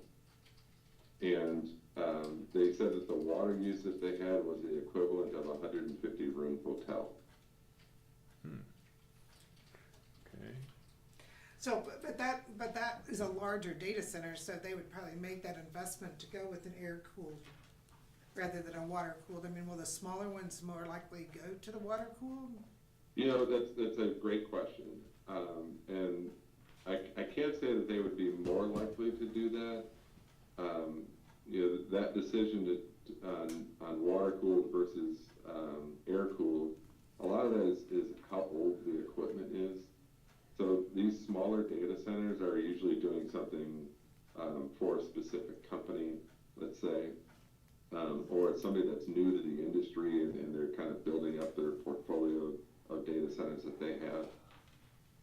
It really just depends on the type of equipment that's going into them and whether that data center stops at that one location, or do they have future plans to scale it and kind of keep adding these modular buildings on to grow the size of the data center. So I think that's where the community would want to have a clear vision, like, look, if it's going to be one of these large data centers, it needs to be in this part of the county. If it's going to be a smaller one, they'll have more options. It's easier to get power to a smaller data center, so that could be a driving factor. But from the standpoint of the kinds of equipment that goes in, it's just a question to answer without knowing what it is. So will that Intelligence Fusion Center, will that give a recap of all people that have invested in data centers? Is that like a resource for us? So the Intelligence Fusion Center is a small and quite frankly secretive office within the Attorney General's office. And they operate out of the, what's called a SCIF. It's a secure compartmentalized information facility that is on the National Guard base in Topeka. And you're not allowed to take cell phones into the building. It's a very secure facility. What they do is they engage directly with the client, and they're asking questions about the ownership of the company, how much power they're going to require, because again, their chief concern is a disaster scenario for them is that a foreign entity is gobbling tons of power off of the grid. That's what they're trying to get to the bottom of. So they're not really a source of information for us. It's more of a protective service for our country or state or whatever. Exactly. Yeah. Would your office? You're right. Yeah. Their interests are at a national level. They're reporting that anything that they find suspicious gets reported to it. Would your office, Paul, be the prime source for us to get information about the size of the data center and what they would need for acreage and so forth? We can certainly help with that. So, because their next step after they've identified a site is then to figure out basically what incentives would be available to the project. And you know, for me personally, when I'm dealing with them, I don't wish to work with speculative developers. It's a waste of my time, to be perfectly honest. So when I'm working with a client, I know who they are, and it's probably so when I'm generally I will give them a heads up that this project, it will be under a project name of some type, is a legitimate operator, but that doesn't mean it's a fit for the community. That conversation still has to happen. But in some instances, like in Barber County, they'll reveal who they are. And they've sat down with the community as Google and said, this is what we're doing in Barber County. So in terms of like the information you're going to get on the project, I will share as much as I'm allowed to share. And you know, again, we want to make sure that it's a good fit. We're not trying to upset a community by shoehorning something in that doesn't belong there. As we are. We don't want to upset the community. Right, yeah. But I know, And some communities are saying no, straight out of the gate. They don't even have anybody looking at them and they're saying no. well, I So, know some you- counties that have, I'm sorry, You get- I know some counties, have put a moratorium on 3 years, like a 3-year moratorium, so they can investigate it instead of just letting it come in and see what happens. I think a 3-year moratorium is stronger than that, though. I think the message is, don't come here. Yeah. Especially, normally you would do a 1-year moratorium, figure this out, and if you need more time, you would extend the moratorium.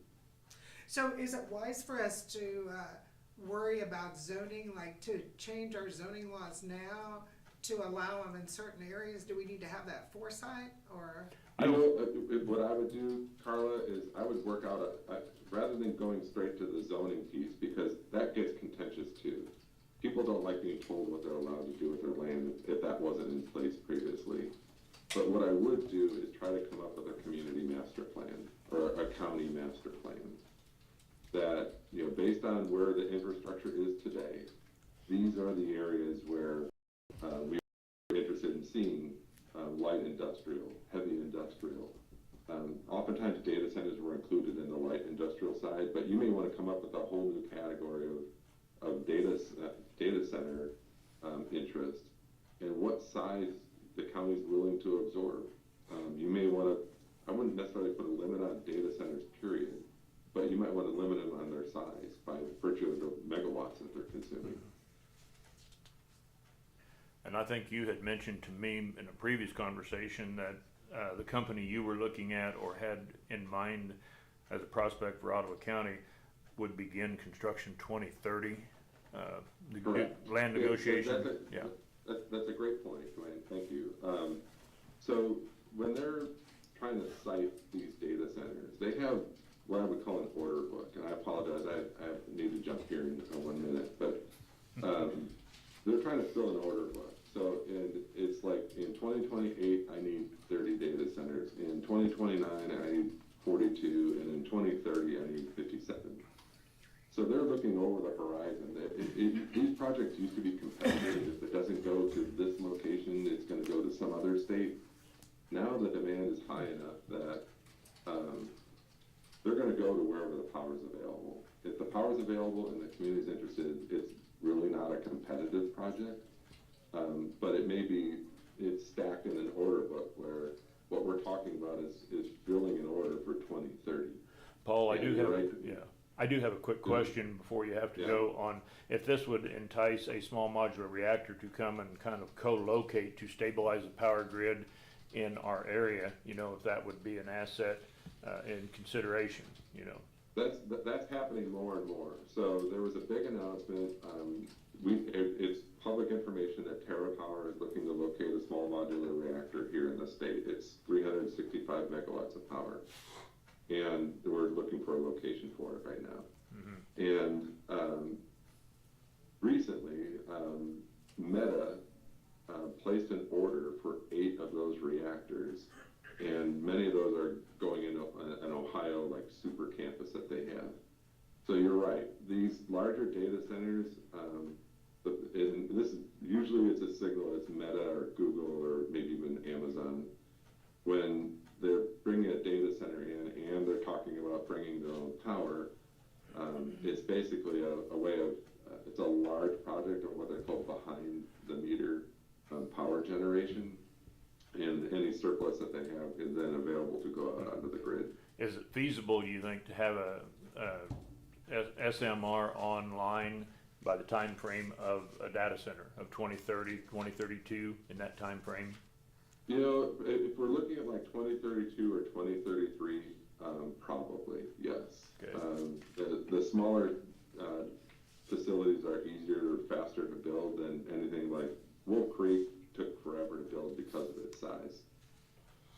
Okay, I think that's it. Yep. Any other questions, or can we let him go to his other meeting? Oh, I didn't. All right, Can I ask one more question? Several times you've mentioned, And Carla, I can't hear you for some reason. maybe I was looking down. Mike? So, There we go. so You've mentioned a couple different times about the benefits that were given by the county to the data center. Are those like star bonds, or tell me what kind of?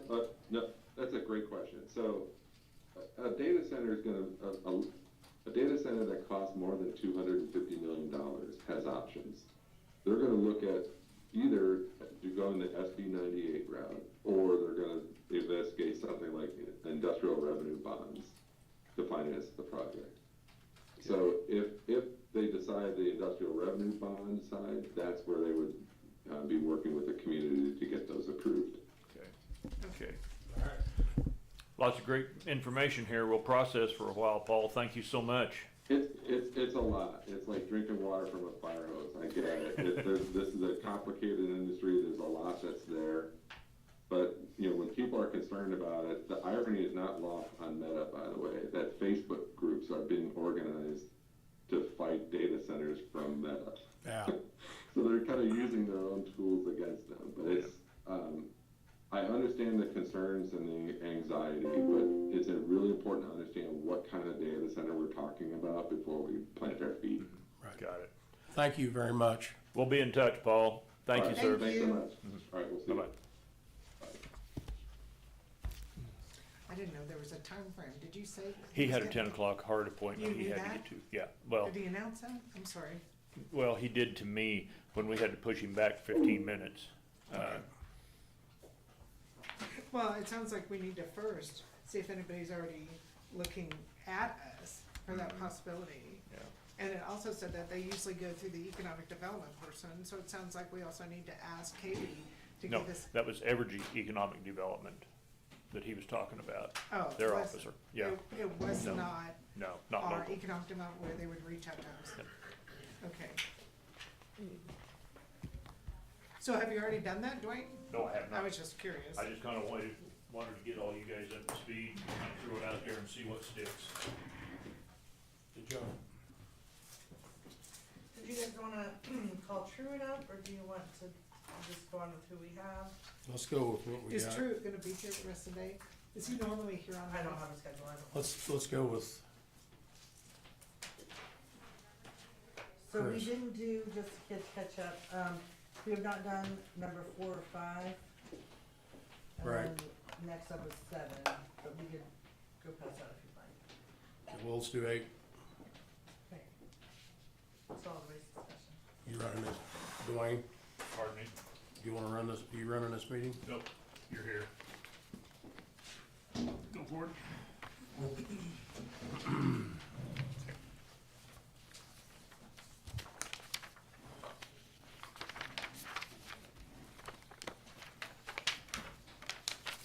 So on the solid waste, I got everything turned into KDHE. They went ahead and approved it, and I let them know that we'd be having a meeting later on in the year. The only thing that changed is, so they would like us to start having our annual one that they require us to have, and probably December of the year. That way all this stuff is turned in by January. So, Okay. other than that, we'll So have we to need to note that for our next meeting. to- Reschedule it then. Yeah, Yeah. so Or we have make it sure all it's turned before- in. yeah. Yep. Alright. And solid waste, I mean, that went pretty good, so. And Yeah. no changes right now unless you guys came up with anything as commissioners for that. Well, I think we all agreed that we can get by this year, right? I think, yeah, I think that, remember at the meeting, Tammy shared that it was 564,000 and I had computed 526, and I realized that the difference is that we usually only collect 94%. So Sure. I had discounted it at 6% in the budget, and that's why there was a difference. I didn't realize it that night. When Tammy said 564, I was like, so why didn't we put 526? But it was because of the Right. delinquent ones that we anticipated. Okay. So that makes sense again. That we're on track, and we'll just have to note at our next meeting that we do it earlier. Alright, And then, bridge discussion. Did you guys receive that stuff on what Cloud County had sent me from Kirk and Michael, their engineer? So those are two different ones. They're gonna apply for both, see which one they get granted. I mean, pretty easy cost, I'd say. There is a statute on that for you guys. You mean when we share a bridge cost, or? Yeah. There's a few different ways that can be handled.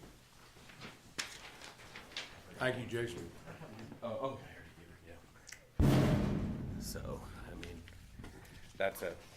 the way basically that reads out to me is, you know, if we wanna move forward with that, that's something you and their commissioners will probably wanna sit down and talk. Okay, or like a conference call or something? Yeah. Yeah. So, I think those numbers are pretty realistic. I think they're pretty cheap, really, too, considering everything. And we have a similar structure east of there that roles are reversed, so. Okay, So it doesn't really stipulate exactly how we have to break out the cost. It I just mean, says you can work it together. does, but it's kind of broad in it, you know. But that's like I said, that'd be a meeting for you and them. was there any more said about that hunting lodge deal? So, we got that, Actually, Yes. this is in your territory, Dwayne. yeah. But it's next door to me. Yeah, Clear- it clear kind of north. came out of the blue all of a sudden. A gentleman from North Carolina, I think it was, South Carolina, he bought this property clear up in the farthest northwest corner of the county as you I can mean, it borders Mitchell and Cloud. hmm And he's wanting to build a cabin, hunting lodge. I'm not sure. It's right on the county line. It's kind of a strange deal. He wanted us to pay for it. I explained to him the rules on the road surfacing and everything. Contacted the township, and we and her talked. Got everything straightened out that he was responsible for rocking, getting it up to shape. But then at the end of the day, that house is still, that lodge, whatever it is still addressed Cloud County. It's across the line, isn't it? Mhm. It's on the north side of the county line. Yeah, Yeah. But not on the north side of a road. right. So it's right there at 10th Road and It's on Cloud and 10th, 10th, half 20. mile-ish, somewhere But in there. what he wants to do is come, The only south. way to get through it is Come through south. Cloud County and then yeah. up there. to get to that location. Mm-hmm. Well, I drove up there to look at this bridge. I should have called you to say, how is the best route to go before I go? Because it was crazy. I did have my plat book, Get so I stuck? could see what, I didn't get stuck, but I was on a lot of roads. Anyway, it's beautiful up there. Up there. So what do you think of the bridge? You wanna So save I it? looked at the bridge, but it was beautiful country. I went by that Zebulon Pike monument, and but anyway, so did you regarding this hunting lodge? So it's in Cloud County, so they're going to get all the revenue, and so they actually need an access off Cloud County line. Yeah. We have to build the road to their hunting lodge. Well, and we don't really have to build the road. He's responsible for it. Okay. But you the know, upkeep, getting it up to Right. date, but the upkeep then falls on Stanton Township. right, Well, there's no revenue at all coming in for them on that. Yeah. goes clear across, I mean, So usually, I was trying to figure out, you have different relationships with different counties as far as, so in Cloud County, up there specifically, what's the relationship? Is it every other mile, or what, is that No, it's- negotiated between township and township? No, there's some, we'll go for 3 miles and then maybe skip 2 miles and go for 3 miles. It just, just whichever's easiest for them to get to and us to Yeah. get to. So do you is that written down somewhere? yeah, it's all on maps.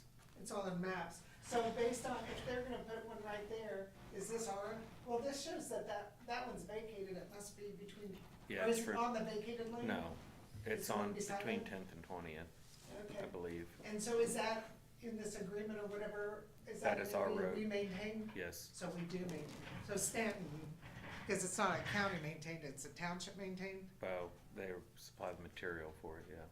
Yeah, so it's We Stanton. maintain it, they Right. pay for the material, Stanton Right. County. What's Or your Stanton recommendation, Township. Chris? Huh? What's your recommendation? I honestly have no clue on this one. This is a first. So Well- I do feel that it's The gentleman told the township lady that this thing will probably only be used 4 or 5 times a year. And so that makes it even more of a burden, I think, for the township to finance yeah. that. And even for us. To rock it, yeah, Mhm. integrate it.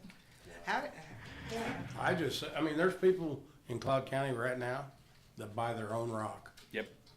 And so I don't know what we have to do to get to that point on some things, but they pay for their own rock on the road. Right. And this may be a pretty simple deal. I've been in contact with, like I said, the lady from Stanton Township. She's great to work with. Sure, but And so far he's been really great to work with. I mean, but it still shouldn't come back to us. right. Or the and, township. And it may be a super simple handling If they got there. that much money, well, maybe they need to make a rock contribution for that mile. Is that Right. what you're thinking? Yeah, I don't know. I just wanted to. I kind of got him up to speed with it Thursday because it was happening fast. He wants builders out there. He's got DSNO out there, and so let me ask you this. so I talked to him and the township lady like as fast as I could get with them. How do they require people to put there, or are these people just putting a rock on their own? So on this one, she recommended that he use her supplier, and he was just perfectly fine with it. And he'd asked that she coordinate that for him, and she was fine with that. So she'd got a hold of the supplier and yeah. everything. So I'm saying, like John Bowden Mm-hmm. told me that he has to put rock on his road himself. How does that process go about? Do they just volunteer like John? Does he volunteer to do that himself? I guess I should ask him that. Do you know anything about that? Maybe we should start I don't really know adapting much. or adopting something like that for people, things like this. Right. On that, I'm not real sure how other Is this on counties the county handle line that. too? No, not really. No, Oh. This just is just in the different middle. counties do different things. We're considered a county unit, and other places we're kind of a hybrid, and other places do it. Each county has a little bit difference in how they handle their Well, township Russ- rock or. There's a guy something down like in that. Bennington does that. It's his rock on England Road. Yep. And Joe stays in great contact with him, and he'll call Joe and be like, "Hey, I'm gonna spread 3 loads on this road. Just a heads up." Is he a trucker? Yeah. Yeah. Farmer, trucker, a little bit of everything. Well, I mean, I wonder if we should look into, Are you asking that township person to negotiate that with right. the builder or what? Right now, it's neither me or her have had to deal with this. So we're still kind of stepping in hopefully the right direction. so on what to about do. the ditches? There, I mean, if we're gonna, if, he's not very concerned with it. They're not terrible up in that area. I mean, So you think is he gonna come in from the north, from Cloud, somewhere you think? it's the only way he can come in if it's wet. Oh, yeah, because or this come is clear closed. across the section. This one's Right. closed and that one's closed, so there's only that 1 mile open? So that's, I mean, you can come in the other way, but if it's wet, you're not traveling those roads. No. Chris, is this any different than if somebody builds a house out somewhere off of a school bus route and they have school kids, so then they would have to build up the road to our specs, and then the township would have to maintain it as a school bus route? Yeah, it'd be the same thing. Pretty similar, yeah. Well, except he doesn't have no kids. Right. Well, yeah, except this is a Yeah. business instead of a This, school. yeah, they're handling it just as like they would for a new build. Okay. Mhm. All right. Well, I just wondered if there's anything else with that. But So are you leaving with the township to discuss it, or are you doing the discussions? Just wait and with see, this? I suppose. me and the township are still talking to figure out kind of what's gonna work best with them, and figuring out what the next move is, and meeting with him, cause he's gonna be back down here. I think he told her in a couple more weeks, so I think we're gonna try to meet up with him then too, to kinda do some more, and then she's gonna reach out and see what other places are gonna do, what they're doing. I'm reaching out to find out what other places are doing too. There's a lot of white rock up there. They shoot. I come from Beloit, Beloit and Jewel County. So is Yeah. that good? It's good rock. It's different than most of the other areas that I've driven. Yeah, it's good rock. It's finicky, I'd say. Me and Joe have used it. It'll get If your it butt chewed. doesn't, if you put it down and it doesn't rain, there could be a big problem. You get ready to get your butt chewed. Yeah, And if it because it rains, just it'll turns into. be slicker and grease light. If it rains right turns away, into you're gonna get your soft butt chewed. If powder it sits and it might there and be it that works deep. out just right, it makes a great road. How long would this road And that last happens after to they us. build it up? And it, With well, that there's a rock? wreck- Owner yeah, builds no, it it's- up, you it's a know, and base, then kind of like a when there'd rock. actually be expense to the, But if they had a township, wreck up there would and you they get were us- mad at us, well. We're gonna try to figure it wasn't that our out deal. too, cause it's not a Just the way it heavily was. traveled road And it anyways, rained 2 weeks later, so If they set put that good road rock up on it, like concrete. lasts a long time. It just could, needs it water. could be having to put it down once a year or less. Yeah. I mean, Yeah. it's hard to say. Yeah. All right. I guess that's what I mean. But So I I, don't know. going to this bridge that I looked at though, is that road 20th used? Because it was so hard for me to even get there. oh yeah, It is used a lot? Only way across. yeah, that's the only way you're getting to that thing. I mean, but it's, for our residents, a lot of people go up 20th Road? Hmm. A lot of people do. Oh, okay. It's Because I thought it was pretty far it's out a there. county road, Well, part of it anyways. Stay in touch, yeah. Yeah. fight the good fight. And then, I guess the next thing is on the bridge, do you want me to tell Rod to move forward with applying for those grants? Can I, is it more likely to be funded with two counties working together? Do you have any idea? I know that it probably helps it a little bit. I don't know that it really does. I mean, I honestly am not sure. Yeah, I think so. I think it probably helps with there's a more better guarantee of the money being there. And if they do get accepted, you do have the opportunity to deny it if you do get accepted because of whatever reason. It doesn't look good. Yeah. But I feel like it's probably better odds of getting picked, especially with two counties sharing it, not even including money. So the two bridge grants, will this prohibit us from Ottawa County from applying for No. each of those grants? No, No. okay. I think go ahead and have them. And did we happen to rate this one? Do you know what it's rated? It's not our bridge. So you don't know what it's I rated? can get it, but it's not ours. To be eligible to apply for either one of those, it has to be on the fractured critical list. It has to be? There has to be something with it that's being notated in there every time there's an inspection, that it's either getting worse or just a huge problem in general. Well, I'd probably put in there 1920. It's old. So from your perspective, since it's coming out of your budget, you think this is a wise use of the special bridge fund? Oh, yeah. Okay. Yes, there's a lot of people from both counties that use that road because it is the only way across for a while. I mean, and it's a good road and there is houses Especially on during- either side of it. Especially during harvest.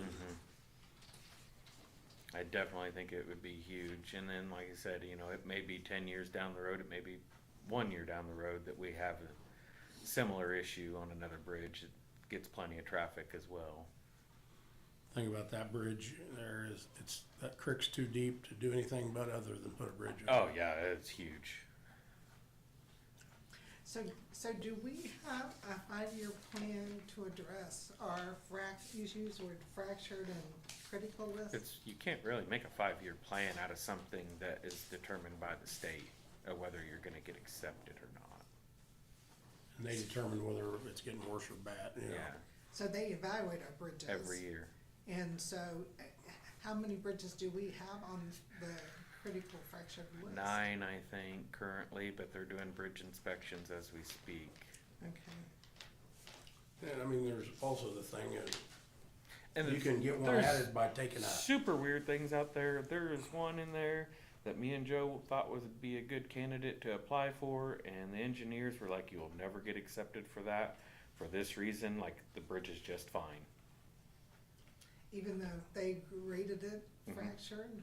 Well, what is the deal? And a with- lot of it is because of what that one is considered as a weight limit issue. That's what put it on the fractured Mhm. list?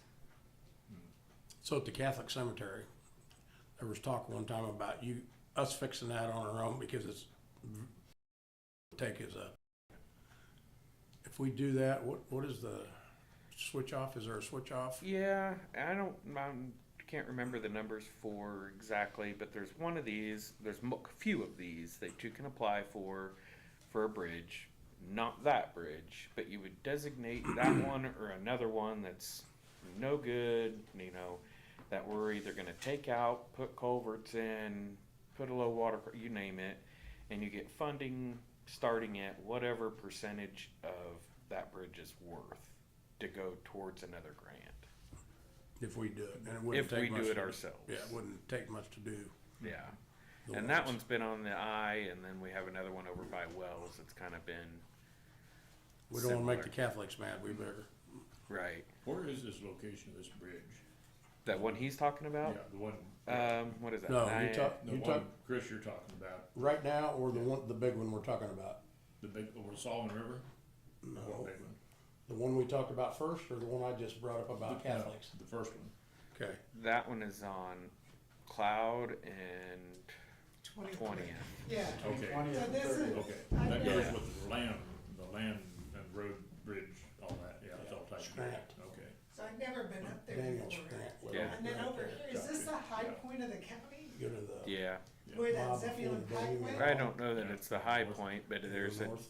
big memorial documentation stuff there. You can read about how the trail went. And Yeah, I mean, it seemed like the high Yeah. point. Yeah, Yeah. And there's a bridge across that creek, right there west of their house. right. Okay. Okay. Got it exactly. So I heard that they were looking to, the state was gonna improve that bridge west of Bennington on 18. Did you know that? Do they notify you of that? Yeah, they send out, so they don't really send me an email or anything, but if you follow up on KDOT's website, they'll put stuff up, you know, that things they're looking in, future projects, What's that? Is it stuff by they've county? applied for. Is it by county? The state stuff, I have no clue. It's District 2 is what you'd look in. But that really doesn't affect us. No, it doesn't. No, but well, it affects travel because they said they bought that blue house and they're gonna widen it 50 feet. Is that what you heard? Well, I that's just Say said it that? was, the reason to even discuss it, because it's not our deal. Yeah, I just heard it was in talks, that's all I know. yeah. Okay.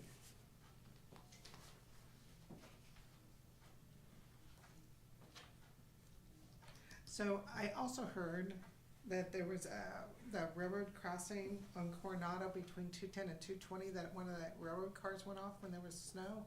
Do we contact, and they said that that crossing is really difficult, dangerous, whatever word you wanna say. Do we contact the railroad and ask them to improve railroad crossings? I mean, I've We dealt with- do. Me and Joe have, You can talk till you're blue in the face. Yeah, you don't, the railroad does what they want. you when they don't want. get to play games with them, you don't get to tell them what they're gonna do. So They tell do you. so you just tell them it's bad? Like And- Joe and me were on a project one time working on a road. We were taking break and we were walking this old railroad bridge, just looking at how it was built. And we found some beams that were broken in it. And so we walked back, got the number and the ID number of that structure, and we called and they're like, okay, we'll take a look into it. That's been, Still 5 there. or 6 years now. And they just redid that intersection at Coronado. They were just by it, yeah. They just put new ties in. You mean no, Like you, last they year. just put Last it in year. before Last year. this rail car went off? And so, like, we've talked with him on the old highway, where that thing's got a pretty good jolt in it. I don't know how many years we've been fighting with them. I don't know how many administrators before me has contacted them to try to get something done. Cause we can only work within a certain distance of a railroad. There's only so much that we can do there without us being in trouble. Scott, when we did the south of Dumpus, they shut down the railroad. Yeah, Huh? You did that and they shut it down? yeah. Well, and then we had talks. Well, they needed to. Okay. Yeah. Right, Yeah. but Right. I mean, that's, It took a lot of work to That get was, that to that happen. wasn't just a I'll bet. simple deal. They're not easy to work with. And I've been thanked a lot of times for that. And it Man, was, thank it you. was Well, bad. they just told us that when the warrant's done, he said, you will stop working. Yeah. And you'll be out tomorrow morning, we'll put the warrant back out, and the trains won't come. He said, but when the warrant's up, it's back. Yeah, we don't get to tell them what they're You gonna. guys did a great They job. tell us what we're gonna do. You did a great job. Yeah. They're very interesting. They tear up a lot of roads. Sometimes you can get back and you can get some reimbursement, and sometimes you will never find the boss, no matter how many people you talk to. More than likely, you talk to him, but you will never know that. They're interesting to deal with. If you threaten to bomb their bridge, they'll call you right away and then have the sheriff there, won't they? We've taken them to jail before, so there is ways to get to them. Yeah, I know you have, Same. right in front of me. Yeah, they're difficult. I mean, it's one of those things we can definitely reach out to them and say, you know, Well, this they would be a obviously good know a rail car. recommendation. They obviously know a rail car went off. Oh, yeah. Yeah, Oh, all yeah. right, let's But move. that's What the else best you we got, can Carla? do. We can't make them. Should we move on to the executive session with Chris? While he's I don't know, here? wait just a minute. Carla, do you have anything else? Well, I was just gonna ask, did you make a decision on that mitigation for the 230th? I drove down there, We haven't even met with them still yet. the FEMA people. Nope.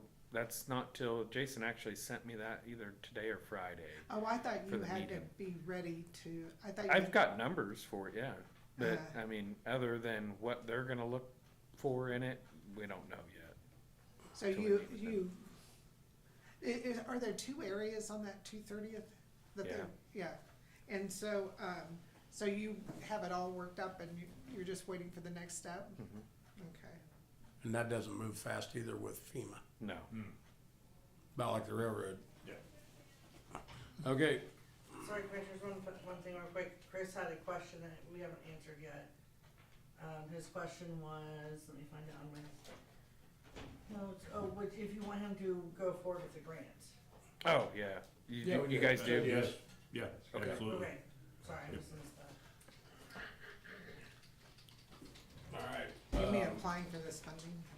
Huh? Applying for this funding? Well, I'm not, but Cloud County, yeah. Because we'll be putting some in for these projects too. I think he's coming this week, late this week, next week, so. Sticking out, Buff. I saw that, you guys are gonna do that safety training. So you take, do they come to you or do you go to them? So we can, sometimes they can come to us. This one we are going to them because it's right next door, so, It's right next door? in Cloud County. Oh, and so you're taking all of them except the motor graders? A couple of the operators? motor grader operators are going. Okay. And then. Is that just good policy for safety or is it required for a grant or No, it's just good to have. good policy? Yeah, I mean, I agree, It helps safety. with our insurance too, because I can turn those into our insurance. Oh, okay. I was trying to see if there was, other than And this wise is a new practice. course Yeah. too, so that Oh, cool. helps. And we don't get to go to a lot of them. I mean, we probably should go to more, but they get stretched out there where they're in haze and it is a little difficult to get to. So when they're close like this, we try to take advantage of them. Yeah, it makes sense. I thought it was a good idea. I think we got 13, 14 of us going. Yeah, I think next is an executive session for non-elected personnel. Yes, How long? 10 minutes. Move to go into executive session for 10 minutes. What? Non-elected personnel, Non-elected personnel. with Joe, Chris, Tammy, and the 3 of us. Okay. To go in at 10:31, out at 10:41. Is there any, do I have a second? Yeah, To return, yeah. to return to the commissioners room. Return to the commissioner's room, yes. Yeah. It's moved and seconded. Is there any discussion? All those in favor? Aye.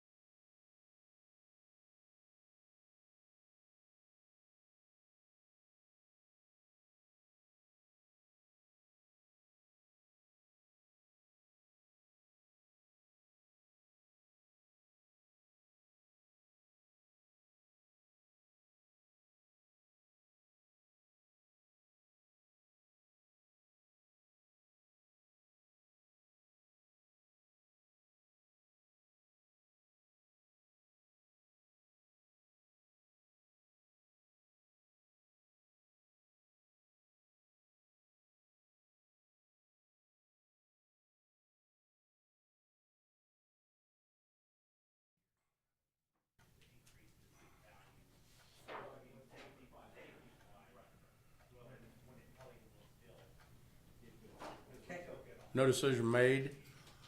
I want to, make a motion to extend, for how long? I'd say probably another 10. 10 minutes. 10 will work.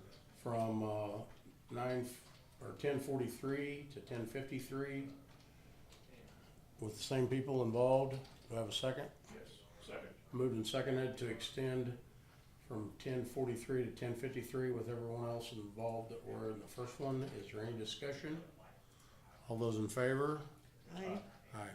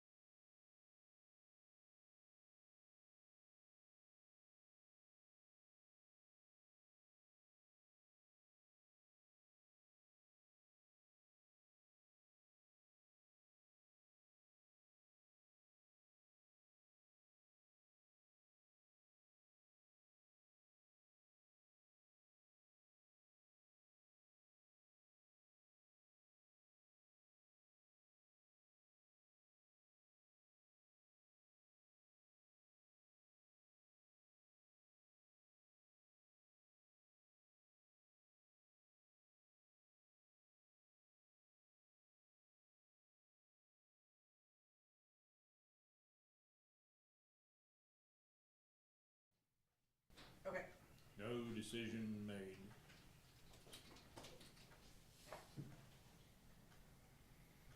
Other than that, that's the last thing from me, guys. Go have a great week. So, Enjoy the good weather. Yeah, so can you say what you worked on last week? trees. Trees? So, They'll be cutting for a little while. did you do any trees? It's all been in your area. It has? Yes. Was it in Every Buckeye? item of trees that's been cut has been in your district. No way. Every I don't think that's fair. wood chip Yeah. has been in your area. And we're still in your area. Because, you know what, because We will I, probably finish out tree cutting Make in it so your where somebody area. can see it. because Them guys, I tell you what, I bet they've cut 20 loads of chips. Easy. Easy. They've been doing a great I job. saw the bill for the roll change, for chainsaws. Yeah. They've been going. So have you, did you hit Buckeye? On Uh, 20 and the 20 and 2010 is 200 and 210, is that what? 220th and 200? I know they were over there in Ottawa area. Aspen, 220th, Ottawa and 210. We're at Ottawa and 210 right now. Yeah.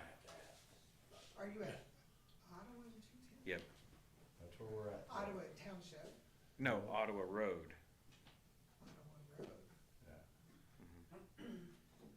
That's right over there by, You're up north yep. of the Buckeye. Because they keep saying that 210, is it 210 and 200, that they can't get combines through? Oh, they get that, yes, we. But depending on where you're at on those roads, but the ones Just he's south had of them do is, Well, they're we're over by south of Bird Eye right Buffalo. now. Yeah, we're south of Buffalo right now. You're south of Buffalo. So are you heading up 210? Right now they're on Ottawa cutting on some, Trees that's needed to be, for several years, cause it seems like a dozen times a year, Joe and I both are up there in the middle of the night or weekends and whatever. It's chaos over there.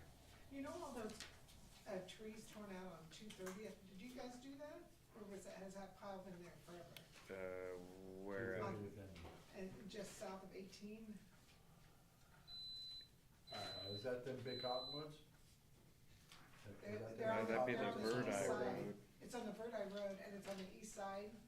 There's a big pile of, you know, if it was us, it's been a minute. If it was us. All right, let's move on, unless you got something else. Nope, that's it. I just had that on the culvert, between the culvert and Bennington Township on 120th, south of Yost. Do you know where I'm at? They said that people always get stuck there. They wanted to know if you could put a low maintenance sign there. On 120th, south of, It would be between Culver and I think they live right there. And this is a, 120th? yeah, 120th. South of K2. And Buffalo. Yeah, just south of Buffalo after the Yost. They said that that cars always get stuck there because we it's can, low. we can look into it and find out for sure where. I think we have a few of them signs still. And then they asked me if, on 180th, between 180th and 200th, they asked, is that truly a vacated road? In Buffalo, No, where's the, on Homestead. So Yeah. Homestead. it goes back there, what, half a mile, and then it is vacated.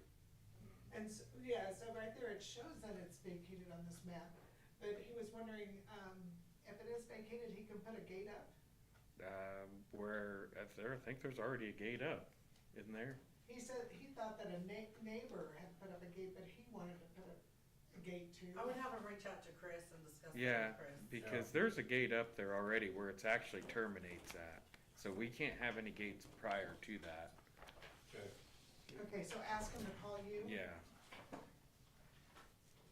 And then I had one other question, and that was they wanted to know with those Master Tech trucks, if, or why we didn't, or if we can, put a big tank with brine on that one as well. Cause that would've cost another $60,000. That's what it is, Mhm. for for the tank for that? To rig a truck up like that. And you can't put a big tank and a salt sander in there. You either get tiny little pup tanks and a salt sander, or you get a brine truck. So you wanted to keep it as a sand? And you don't cover a lot of ground. You can't do your whole route with that. With the small tanks. I think it's 250 gallons. Okay, they just asked me, and I Yeah. said I'd find out. And it's just expensive. That's one reason we didn't. We have the gravity flow ones. So, I mean, you put them in, you're not gonna cover any more ground necessarily with brine, just because of the low volume. I'd always encourage if they reach out to you, like questions like that, like have them call Chris, cause they're probably gonna have follow-up questions. And that way people get their questions answered easier and better. Well, people ask me the question, I'm like, okay, I'm having a meeting Monday, I'll go find out. Might call him earlier, get an idea. Yeah, like Thursday or Friday when you get the call. I just refer him to Chris, or I try and address it, or say, I'll ask Chris, and then I get back to him. And it makes it easier too, that way, like Tammy said, if there's a follow-up question, we can have a follow-up answer, or, you know, if there's something misunderstood, you know, from my point to your point to his point, you know, and all the way They just through. asked me Saturday, so. All right. Thanks, guys. Yep, thank you. Thanks. Russ? And while Russ is coming, after Russ, are you guys gonna want Truett back? And I'll get him Yeah. on his way up here. Okay. Yeah.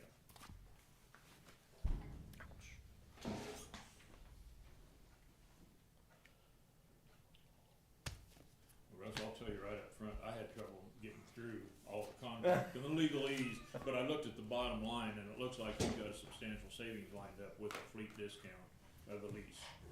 I sent everything that I got. I sent out a questionnaire deal for the sheriffs, and I had some PDs that responded. Everything I got, for the most part, I responded to you. The one that Sheriff Solden next door to us is looking into it. Riley County, I believe, is ones that are, yeah, they're doing it. I don't know, to me, it just makes sense. You spend the money on transmissions and motors, and I can show you. I got on a forum this weekend about patrol vehicles. This one was about patrol vehicles, but it doesn't matter what you buy. 20 years ago, a vehicle was built different.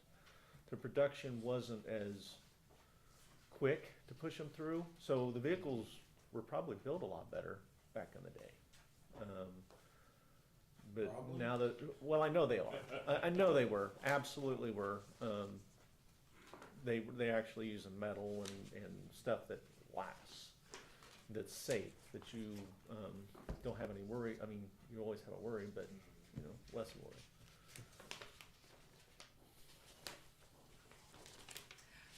So, well, yeah, I appreciate you sending all that information about the different ones that had used it, but most of them were people that had just recently implemented it. Riley County was one of them that's been doing it for a little while. Oh, good. Yeah. So let me ask you, I put, so one of the emails that you had sent, had, I think from Saline County had said, Yes. Ellishead County had implemented 4 or 5 years ago. Yes. I sent a quick text message, I should have called them to the commissioners to say, hey, have you been happy with it? You didn't happen to reach out to Ellis, did you? I didn't reach out to Ellis. I reached out to the sheriff there in Saline County because he's closer, and just what we was told by Riley County. Yeah, so Riley, when they go to sell it, have never had a problem with getting the unpaid finance cost out of them. How long have they done it, do you know?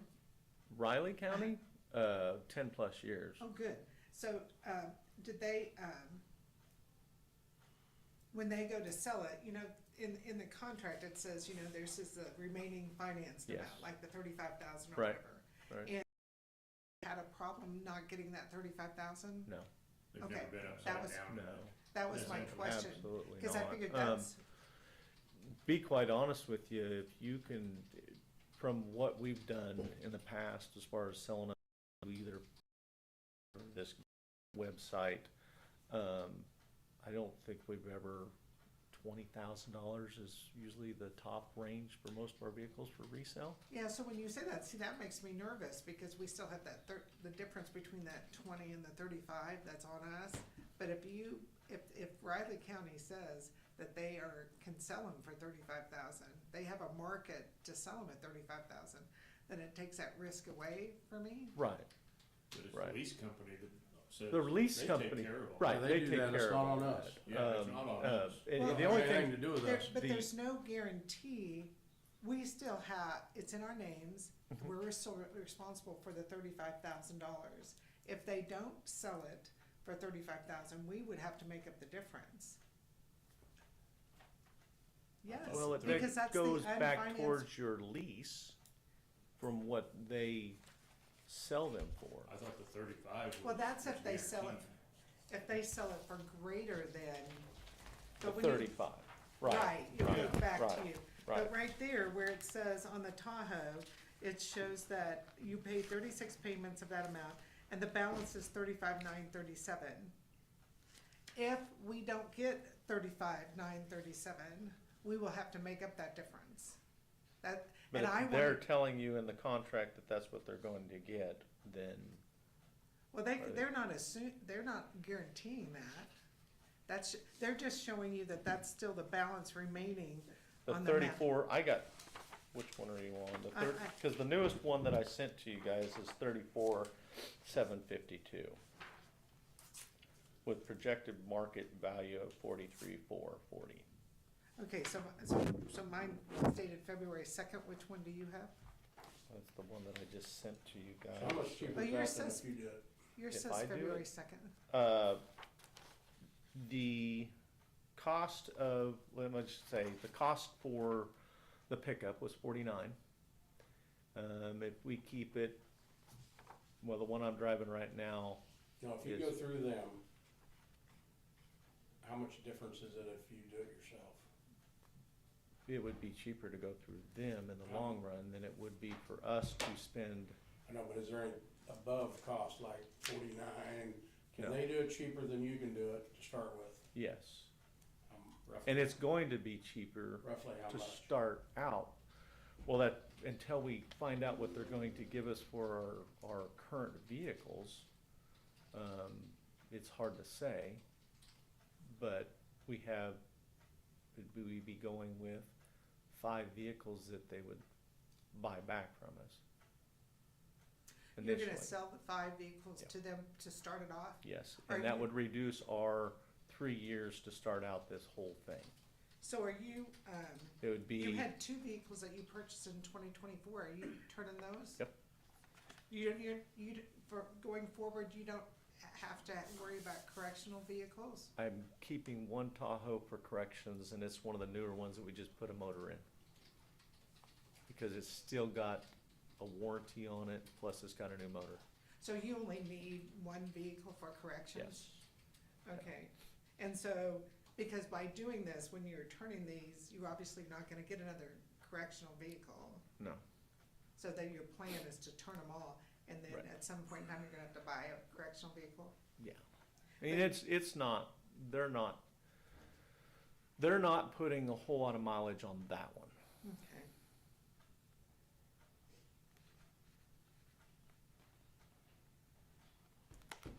Okay. And well, how actually, much is- you call it a correctional vehicle, I would call it more on the lines of a vehicle that is a backup for any reason we wreck or one of ours become we're not able to drive it. If we have one of our vehicles go down, we're, Rely on that one. yeah. So are they gonna come here and look at those vehicles first? As soon as I sign or whatever, they will tell us what, Or if they come and say, I'll give you 10,000 for them? I don't, in my opinion, they're not gonna give us 10, they're gonna give us more than that. Well, Well, they're there's, gonna None of them sell- vehicles that are under $20,000 value, I can sell them all day long without, we can sell them ourselves. I didn't really mean 10, but I mean, We can less s- than what they're worth. Lowball, Yeah. yeah. Is there any way to keep them from? Lowballing us, Yeah. we'll sell them ourselves if they come in and give us a low ball. Will they give us that estimate without signing? They did. They did? in This there? is the estimate without any kind of, they haven't put these vehicles into the quote, Okay. the sell of them. The ones, the 5 that we have that we're selling. But can I go back to this number right here? So that, whether or not your number's 35,937 or mine, whatever that number is. So what this is, those 3 years of payments, we're paying, and then the balance that is still our responsibility is at 35,000. And that is the risk we'll take, that they'll get 35,000 for that vehicle. That's our risk that we take. I mean, you think that's a reasonable, I think it is. even though you said that you never get 35,000 for them when you sell them? Well, that 35,000 is 3 years. We're selling ours in it's 5+ years. After 5, okay. Yeah. So you feel like that $35,000 is not a big risk? No. Okay. And these vehicles, when we give them back to them, when we turn them back over after the 3 years, will have less mileage than ours do. They would be maintained through the I mean, as far as warranties and whatnot, they're still there. It's fully equipped with the exception of the radar, the radio, and the cameras. So, and they take it, they pretty much strip it down as far as decals and whatnot, and they sell it to another department. So has Riley County always met, when you talk to them, they've always met that balance Yes. remaining? And so they've got a bump to reduce their future costs? Yes, and talking to them and talking to the sheriff there in Sling County, the way that, so at the very least, it's gonna be an evens trade, scrub off. There's gonna be times when it's gonna be more, depends on the value or the market of the vehicle. Right, but I'm just trying to say, we still have that risk. That's our financing amount outstanding. And so provided they can sell it for the 35,000, we don't have a risk. But I can call him and you can ask him them questions, Carla, if you want to, because he's available by phone. Call him. The only downside I see, we're outfitting a law enforcement vehicle every 3 years. 3 years. Instead of 4 years or 5 years. Yes. $20,000 a piece. Well, it's Which built into the lease. is part of this. Yeah, oh, It's okay. part of the It's lease. built into the Absolutely. lease. Yeah. That is all part of the lease. What they did, rolled that in there. You can roll, say, for any reason you want, let me get his number, Scott. If you are in need of stalker radars, that can be rolled into the price of this also. Yeah. I was just thinking about spending $20,000 every 3 years, I mean, instead of 5. Now, that's part of this. Yeah.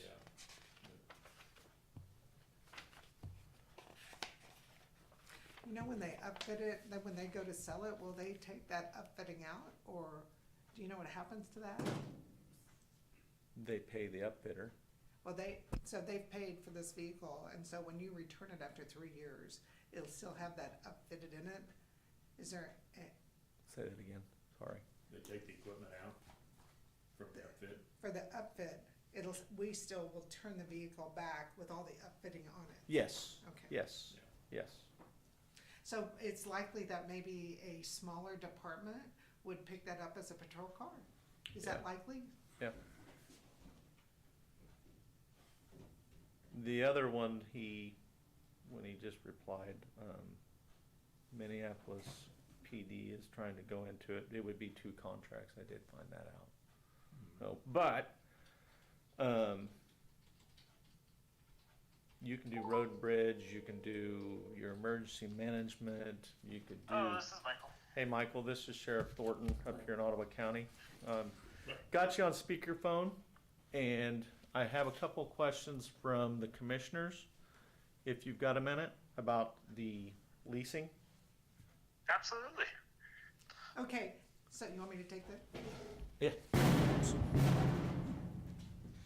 Hey, Michael, my only question is, when I'm looking at the one we prepared on February 2nd for the sheriff, and it says the finance options, and then I'm looking at specifically like vehicle number 2, the Tahoes, and it shows that we're gonna make these 36 payments of $1,678, and then the outstanding amount will be $35,937.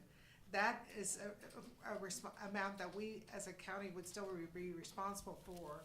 So if you sold it for less than that, we would have to make up the difference?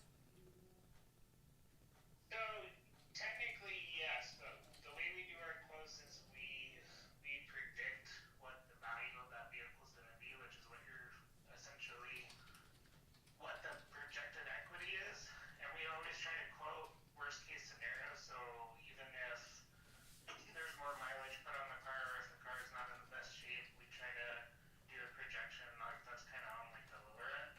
So with any of those quotes, the projected equity is what we would plan on selling the vehicle and making for you, just based off of statistics and our resale values in the past, and just there's a whole bunch of math that goes into it.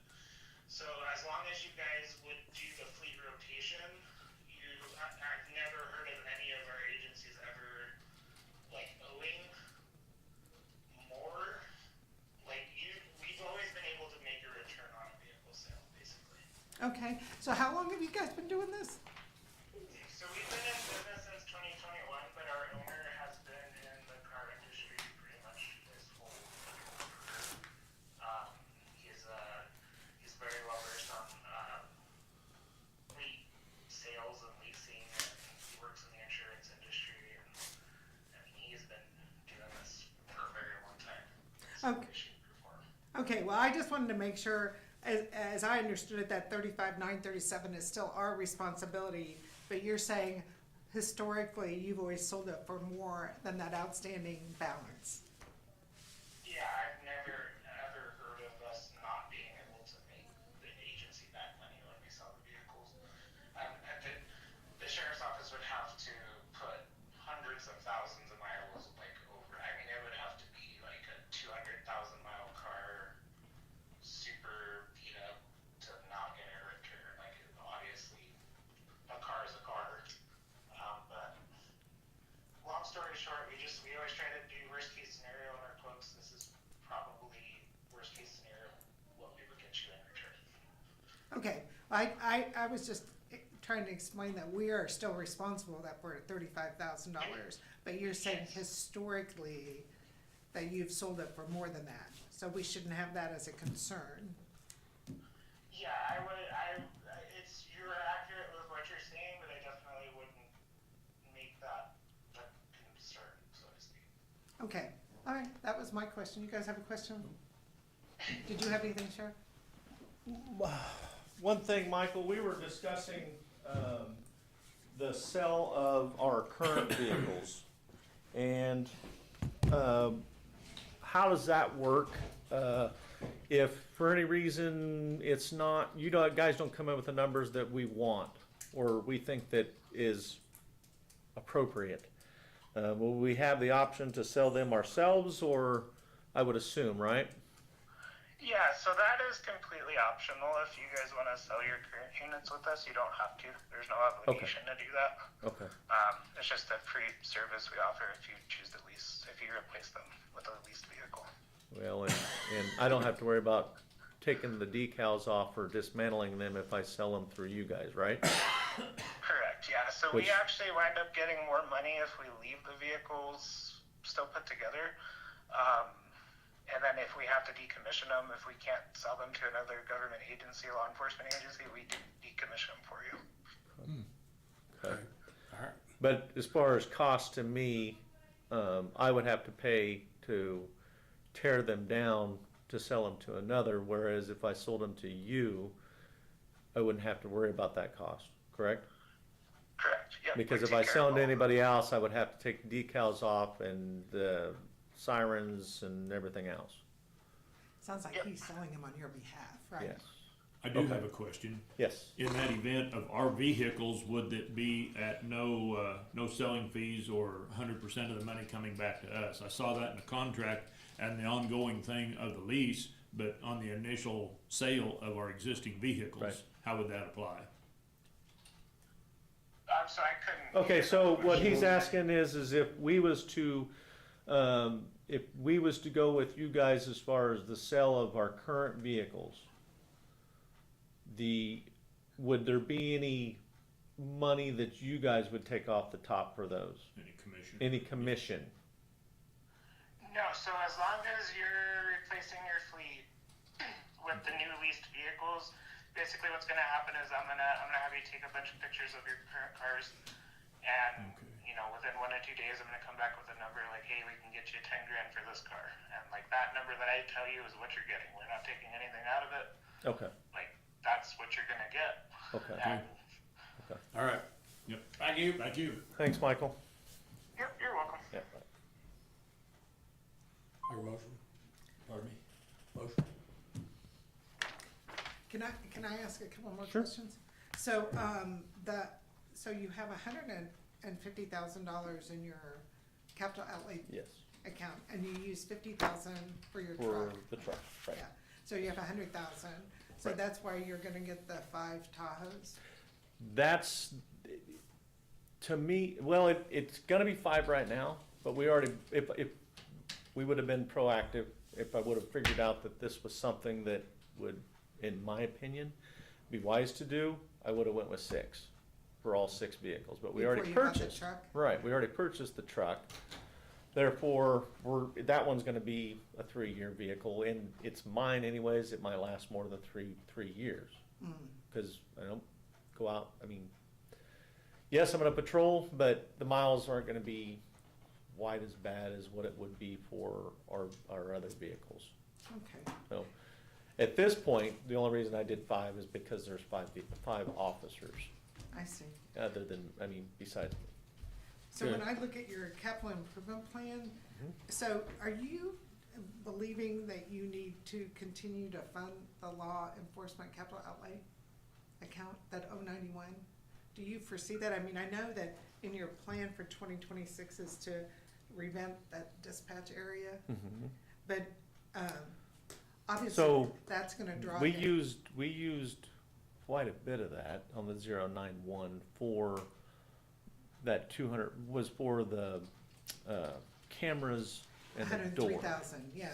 Well, that's just the down payment. Oh, okay. That was a $200,000 job that was approved. The INA alert? Yes, ma'am.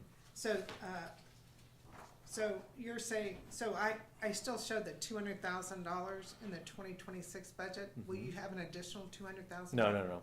So the balance of that Balance is gonna about come out. 100,000, right. Yeah, so I was just. We had, in order to get them going, it was 103 that we had to pay initially Okay. getting out of them. So this 200 will be down, reduced by maybe 100 or, by the difference? Yes.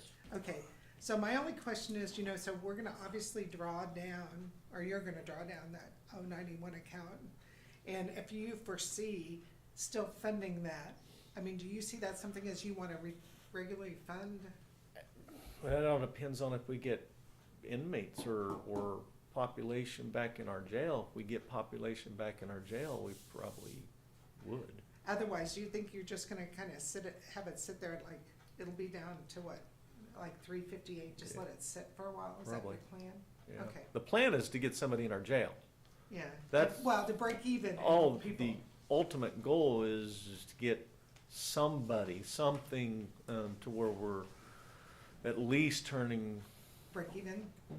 Yeah, I don't really wanna do it if it don't break I even. mean, we've cut the cost, about as far as we can cut. Mhm. But to break even, we need somebody in there. Russ, Yeah. on that line, at the North Central Regional Planning Commission meeting, everybody's got problems with their jail. So North Central Regional Planning is kind of trying to get together with the executive board, with the sheriffs of the counties that we represent, and maybe go regional jail, or just do some out-of-the-box thinking. Dickinson County talked about that a while back. They also talked about if something was to happen with, say, their jail, which has been what's happened before, Cloud County's jail, where they have a place to go here. Yeah. I think they would take a lot of planning. I know that Dickinson County said that they would share their guards and everything. They would bring the whole load if Yeah. they went down to our jail. I'm trying to remember if Dickinson County's a member of that North Central Regional Planning. I don't remember. I don't think so. I don't either, but. Well, and I'm April sure will be- that you've all, the Cloud County's kind of in the same boat as we are. Yeah, Yeah. so April would be this meeting, where we just wanna, no judgment, no cause, no problem, everybody gets together and talks about it, and see what surfaces. Well, if there's I think anything, that's a Be in good April. idea. So, Yeah. So is Mitchell County gonna be there? Who does our, yeah, juvenile? no, Junction. And- I no, mean, no, Junction Mitchell, City? Mitchell does our adults. Junction You're talking City? about Junction City? Are they all gonna be there? not Junction, Not Junction, they're not a member of it. But Mitchell will be? yeah, Mitchell will be. Okay. Okay. There's gotta be something, everybody's looking for relief. Sure. And if we can put our heads together and make something work as a region, or who knows what'll surface. Well, and I think Lincoln County's trying to build a new Right. jail / admin area dispatch. Yeah. But they're not building Yeah, huge, I- which is smart. yeah, and I Okay. think they will hold off until we get something resolved with this, or at least see what comes to light. Yeah. All right. Let's kick it around, so. The one other thing though you mentioned is you thought it would be less, vehicle repairs, but when I looked at the last 2 years of vehicle repairs, they were just basically oil changes. There wasn't anything major. Was because we had, the two that we had major was actually still in warranty. Yeah. If we Okay. wasn't in warranty, we would just, basically, there was one that was literally a month that was till it went out of warranty. The other one was brand new, basically, and it was, Yeah, we've talked about that. yeah.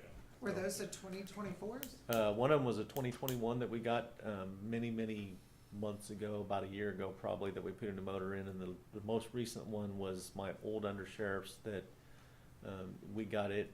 He turned it in and it went. The motor went out in it. Oh, wow. I just. And it can happen. I mean, no, I'm not blaming anybody for it. Vehicles nowadays are. Chevy has a deal out right now with the Tahoes, just short, sweet. If they idle for too long, they consume oil. So therefore, we were going from every 7,000 because it's synthetic to now 3,000 miles for an oil change Uh-huh. because you have to. Alright. It Carbon. loosens it up or whatever, and you have to do it. All right. The only other thing I had is that, did you have the county attorney look at these? On the contract? No, Yeah. I have not. Yeah, well, I just, before, Sure, he's in today. I can have him glance at it. have them look at it? Okay. Okay. So do you want us to move to approve this? I'll talk to him, but if you want to approve it, I'll have him look at it, and if something comes up, then we'll bring it back to your attention. So do you want us to approve Handle this, it.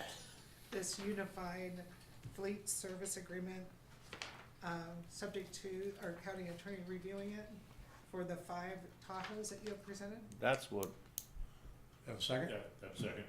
It's moved and seconded to approve the 5 fleet vehicles with the county attorney's approval. Is there any discussion? All those in favor? Aye. Thanks for looking into these. something like, the other thing on the list was, Interpol. Interpol? I didn't have Interpol on there. Oh, you didn't? We discussed it last time. You You told me to guys come discussed back it last because time. you wanted to know, percentage every year that it goes up. It was the, 3% interest, and I think I might have forwarded that to you from, Right, you did. Kelly. Yeah. The thing that I wanted, I guess, mention with Interpol, versus Omnigo real quick is Omnigo is $28,000 a year that we pay. That's due to go up with 3%. Plus, I have 2 new officers that need some of the equipment that Interpol offers, so it's gonna go up even more. Okay. Every time I add an officer, it I increases. got you. $48,000 is scary. It's scary to me, but $9,000 compared to $28,000 a year Starting year is two. reasonable. Yes. The other thing I want to mention is the 48 out of that. This year we were replacing a server in the basement for INA Alert. Right. So I've been talking with INA Alert. They're the ones that told me to talk to Interpol because they've done it in the past with other agencies. That $10,000 for the server is included in that 48,000. All right, Oh, Yeah. that's good. well, I thought we were gonna discuss this today because we had said We talked about it. I Yeah. guess I You did. guys talked about writing anything for agenda and I haven't even passed out. The reason that I wanted to get something going, and if we do go to Interpol, is so we get all of our records moved over before March, Right. or April, I'm sorry. April. Is when we renew it. So Omnigo. So I pulled your budget from, this is what I called you about Friday, is that, last year you had a $137,000 budget for contractual. And we bumped that up We did. in 2026. Yep. Because we said all of We were gonna have to pay Omnigo out of the 911, or from what we normally pay with the 911, we were gonna pay that with this contraction. Correct, so you were picking up all of Omnigo, and we budgeted that at $35,000. So, we increased it, what is that, 25,000? Yes. From the budget, but actually you only spent 119,000, so, That was with way it was broke down, Omnigo. We cut that in halves, I think, last year. and split it Or between half accounts. for, yeah.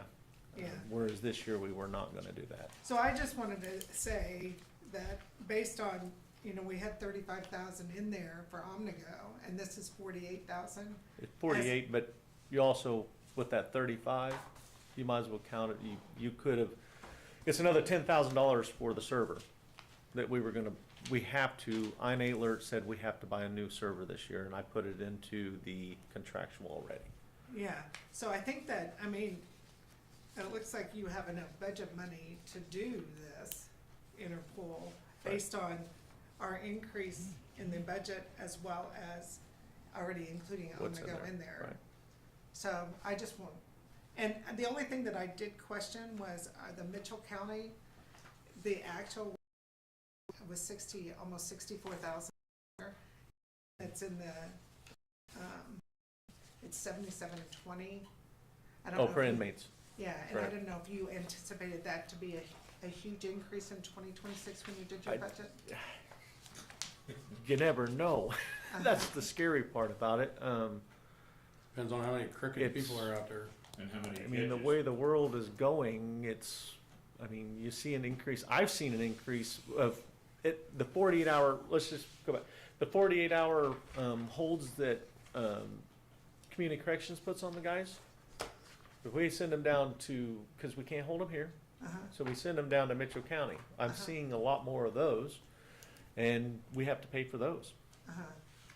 It's just a, My thing my goal is to reduce the cost for the county, the taxpayers, and to me, $9,000 compared to $28,000 is a no-brainer.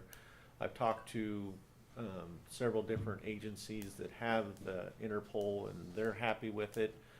It offers more for us with no cost than what what Omnigo was going to charge us.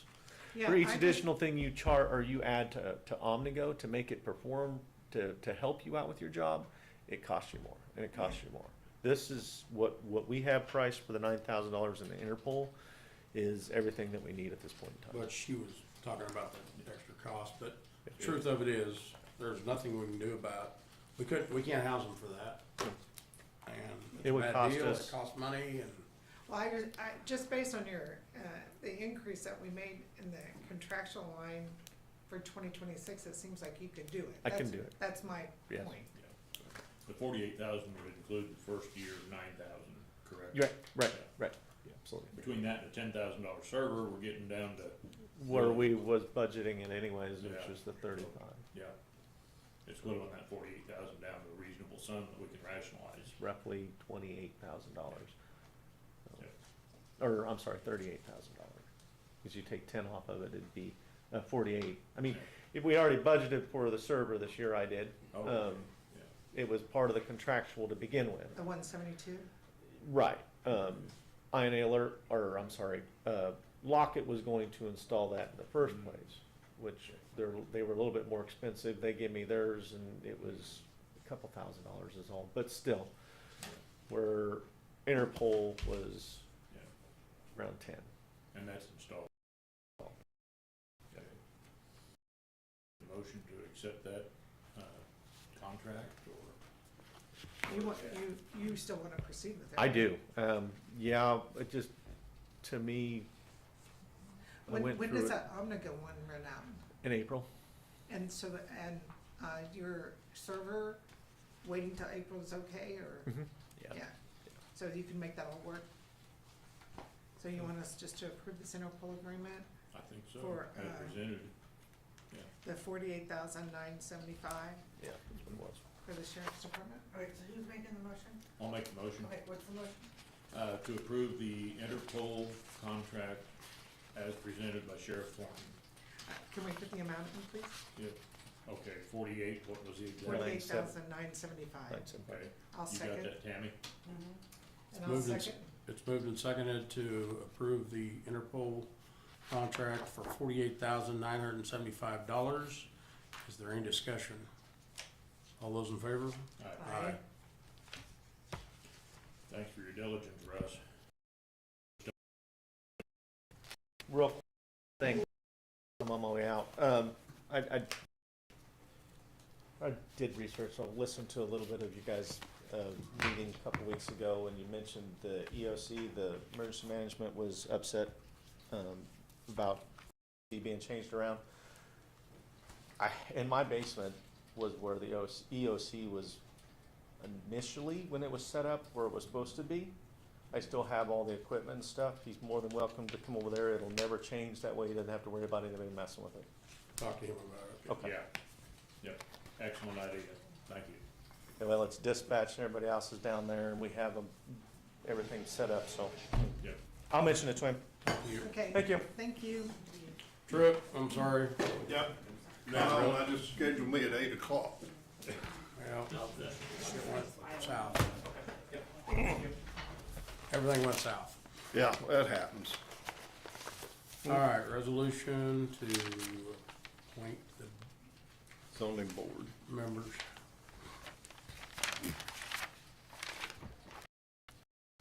I'll move to resolution 26 to appoint board members. I will second it. Moved and seconded to resolution 603 to the members. Is there discussion? Do we need to, is that the one that had all of the lists on it of the zoning members, and a bunch of them were deceased? Yeah. You're not, just appointing the first three. Okay. Oh, there's an actual resolution. The resolution is for Martha Tasker, Chris Lawson, and Mark Walker. Okay, yeah. I will. You made the motion, didn't you, Carl? Okay. I'll second. That was seconded, and then there was a discussion. Okay, is all in favor? Aye.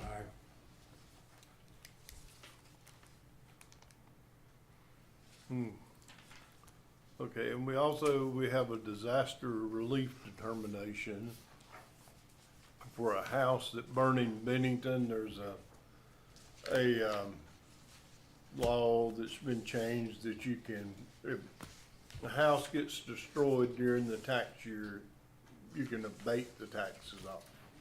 And I've got the application here if anybody wants to look at it. It's pictures, estimates from insurance, yeah, As long as that's your job. yeah.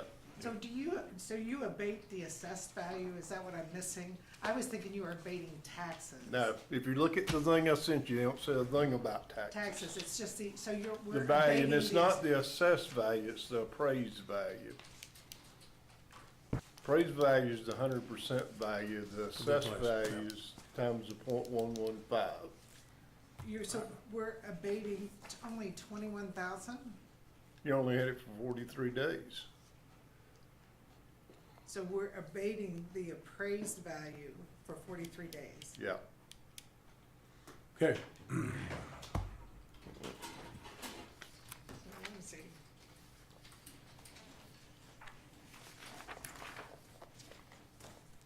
Okay, makes sense. All right, I'll move to approve the disaster release determination as presented. I will second. moved and seconded to approve the disaster relief application. Is there any discussion? All those in favor? Aye. Aye. Aye. That's all I have. So can I ask you real quick, I got that thing from, do you get that list of what they're looking at the State House from KAC? Do I you get do. that? You pay too much attention to that. I do? Anybody does. Right now, there's nothing happening. Everybody's out there making political They're moves. presenting all different things. Yeah. And I guess what really, the one that scared me the most was that taking away property taxes and making all on a sales tax basis. That would kill our county. Well, that's a stupid, I mean, it's not stupid, not you, that's not what I'm saying, but it ain't gonna happen. I mean, there's no way this county could operate on sales tax. I was reading That, all these different ones and They're nuts. Yeah. there's Most of not those many people that are are crazy. gonna help us. Throw it away, and when they go to the turnaround, then pay attention. Because right now, this all show. Yep. Yeah, they're after votes. Yeah. Yeah. Good. So this one, it said this property relief fund, did you read that one? That was kinda interesting. He doesn't read them, I don't read them, I really don't. Oh, not till they get serious. Yeah, I mean, I've seen them come up 20 years in a row. There's one, Genesis Health Club. They do a thing every time. They've got a guy that, one of their representatives, they're a big contributor to them. He introduces it. oh, interesting, okay. No, it's all about the lobbyists. Yeah.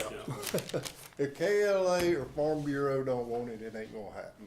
Yeah, Watch it. Yeah. Well, it's a fact. yeah. Thanks, Drew. Thank you, Yep. sir.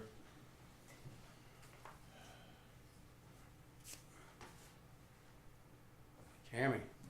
Yes, so, solid waste exemptions, I have two. So, the first one is the one for Auto Tech. Essentially, just in a nutshell, that one is because he has two buildings. One building does not generate hardly any trash, so that trash is taken to another dumpster that is already paid for, and he does pay tonnage on that. So it's not two commercial prices, it's whatever sort of way it gets paid on. So, the question is if you'd like to exempt, that tax or not, the assessment, excuse me, not tax, the assessment. You know, this one, and both of these really go back to, Truett's point, we need to have a policy. And I remember when we were discussing this last year, and we said we didn't wanna have to be a dumpster monitor. Mm-hmm. Do you remember that conversation? Yep. And so if the facility was inhabitable and had water, we assessed it. Yep. And, No, that is not correct. or something like that. Yeah, it's nothing to do with water, is if it has a Habitable? value of $5,000 or more, it was put on the tax rolls, and then we also picked up things that were below that amount. So basically, any property, that's what was decided 2 years ago, is Yep. put as many properties on it as possible, and then people could file for exemption if they didn't. Like So it. it's strictly based on value. No, the first list was strictly, that's what I just said. $5,000 more is what we first picked up, and then we picked up things that were below 5,000, as much as we could. Plus some below. I hate I to do think the determining point is that he is generating trash and he's paying for it at his other location. He's not skipping out on us. It's paid Yeah, for but- somewhere. Right, but if you do that, I mean, there's places like the museum in Delphus We'll have to forgive them, and we'll have to, I mean, there's just a lot of places. I think, Well, yeah, I don't think This we is- can. I think we have to kind of stay the line across the board, because otherwise you do have all these exceptions and can I ask a question? Are they always able, anybody in Ottawa County able to take their, trash out there, their household trash out there at no cost? Mhm. Yeah, So that's a given. Yeah. right. So even if, okay. I was trying to think of the Delphus Museum as an example that you gave, you know, that would maybe lead to the can of worms being opened as far as if we okayed this one. There were several others, but anyway, Yeah, I that mean, wanted to take any city, like City Hall in Delphus, they were all taking their trash to the dumpster at the city shop and weren't getting charged. were So, was the city shop paying by the ton, not at the time, but are they now? I don't know for sure, but I know that if we start opening this up, we're in trouble.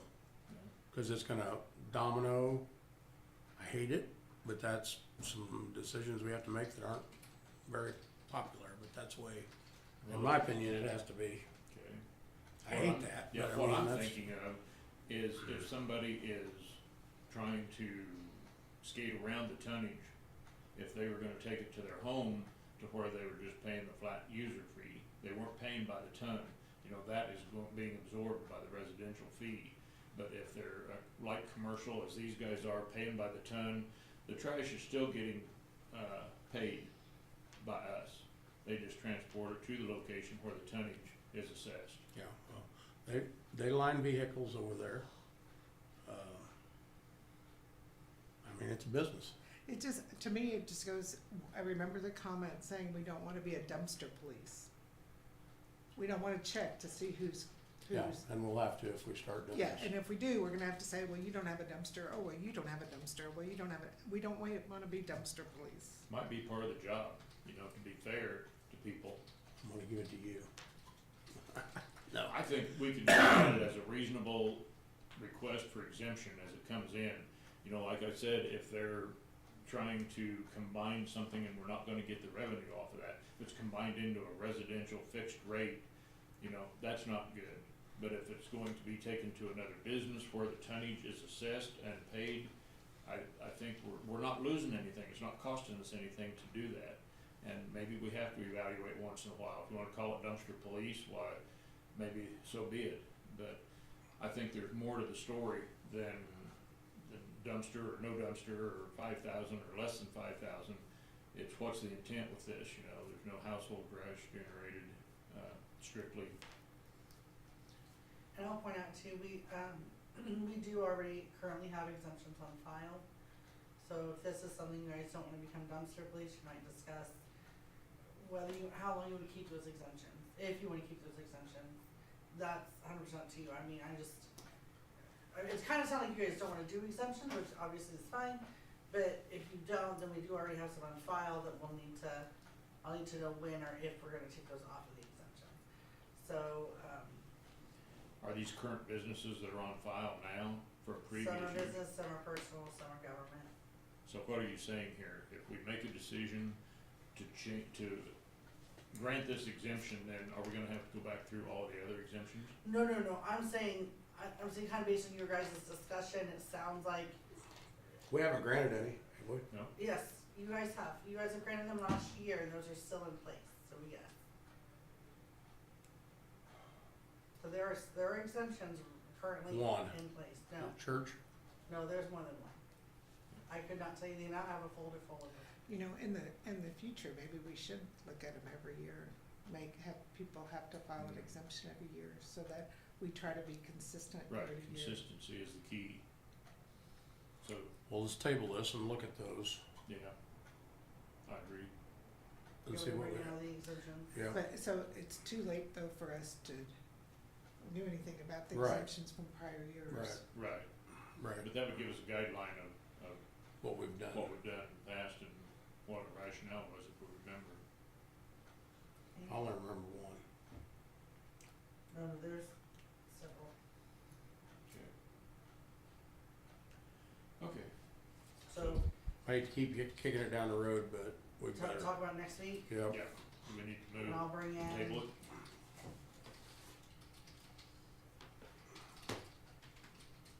Okay. Okay. You guys ready for resolution 2604? So, resolution 2604, and I did make that change, by the way. That is to appoint 2 non-lawyer members to the 28th Judicial Nominating Committee. This resolution and the last resolution was already approved by the attorney. The 2 nominations are for Kathy Luthai and David Stanley. David Stanley has been on the committee for quite some time. Kathy Luthai, if you remember, you guys recently appointed to fill in the an unexpired term. Those terms are up in March. So we just need to get a motion to approve resolution 2604 that will appoint David Stanley and Kathy Luthai to serve as the citizens of Ottawa County as non-lawyer members of the 28th Judicial Nominating Committee. I will move just what you said. Move to appoint those 2 people, Yes, those 2 people. the 28th Judicial Nominating Committee. And I'll second. It's moved and seconded to appoint Kathy Luthai and David Stanley to the 28th Nominating Committee, 28th Judicial Nominating Committee, and that resolution is 2604. Is there any discussion? All those in favor? Aye. Aye. Aye.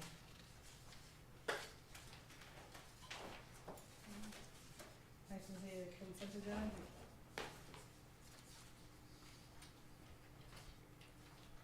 Pardon me? I just said next is the consent agenda. Accounts payable? Move to approve the accounts payable for $98,257.72. I will second it. It's moved and seconded to pay the bills at $98,257.72. Is there any discussion? All those in favor? Aye. Aye. Aye. Commissioner minutes of February 12th. I'll slow down. Are you ready? Oh, for the yeah, minutes? yeah, Okay. thank you. Commissioner minutes of February 2nd. We talked about that. Was there anything else that I needed to know? That's it. Dwayne, did you have some He changes? has some changes, but no, there's no major changes that you guys need to be aware of that we're not normal, Yeah, that would change anything. just Okay, spelling and such, yeah. so I'll move to approve the February 2nd minutes. I'll second that. Moved and seconded to approve the February 2nd Commissioner minutes. Is there any discussion? All those in favor? Aye. Aye. Aye.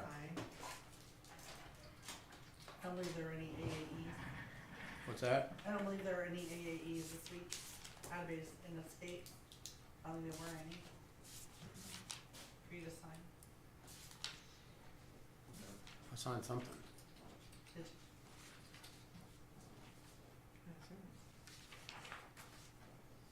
It's in the envelope.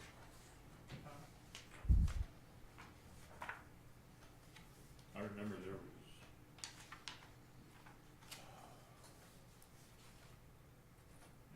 You'll see it when you get it.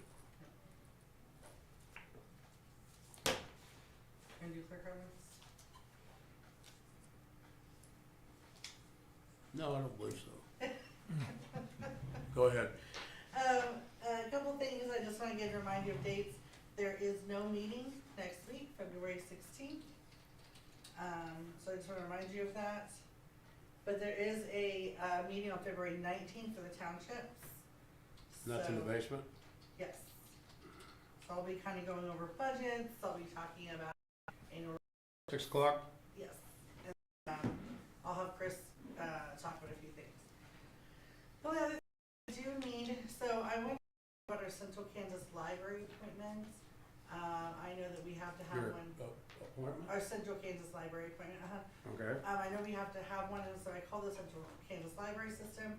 We have not had an appointee in 4 years, so I need some guidance of anybody you guys know that would be. Who works at the library here? I have no idea. So what would they were? I have a list, so I have a thing, I asked her to send me a write-up of what all it entails. There's some meetings and that kind of thing, so. Some meetings? Some meetings, How you don't many? have to attend all, I think, I don't know, I have to look. Let me look here. I can go over it. My wife has a minor in library science, and I Uh-oh. would hesitate to nominate her in a public meeting, but come up and turn my mic off. Let me talk to her first, see if I have, how long I have to sleep on the couch. How about if I nominate her? Then I'm still sleeping on the couch. All right. Yeah, so We'll what let I Dwayne can- check with his wife. Yeah, no, I think that's fantastic. So I will send. Sorry, I was looking for it really quickly. Are you gonna attach what that responsibility is in the? Yeah, I can send it next to Wayne week? if he's gonna ask his Yeah. wife. I'll send the whole email to him and. To see what they do, just for curiosity. And I know they have a library distribution system throughout, you can go to the Central Kansas Library and you can request a book if it's not in your local library. And she's dealt with that a lot before in college when she was working there. I know a lot of people, we pay, it's in our budget on everybody's tax statement. Yeah. It's Throughout the required. county, yeah. So you might as well make somebody serve on the, not make somebody, but have Ask somebody them, serve might on as well the. have representation. Exactly. And I don't know that it's gonna be my wife, but I think so. Anyway, what are your commissioner comments? We'll just, we'll slide right into that and I have no comment. I'm done on that for that, so you're good. I have, one comment. I went to, Smith Center to the, NCKLEPD. yeah, there you go, meeting, and, was quite, pleased with the meeting and the people on the board, and Tammy wouldn't ride with me, so she took her own vehicle and she was there. And, I think the guy's The guy that's being our sanitarian, a little bit misunderstood because he could come across as gruff, but he's not gonna break the law, he's gonna do it by the book, basically what he said. I think how many different counties use him, like a part of this organization, is there like 9 or Us. 10? Us, Mitchell County, Jewell County, I don't know if Lincoln, and Smith, Jewel, maybe. Jewell, and they did do Republic, but I don't know, No, So- Republic's off of it now. So a lot of people use him, and it seemed like everybody was pretty happy with him. everybody in that meeting was.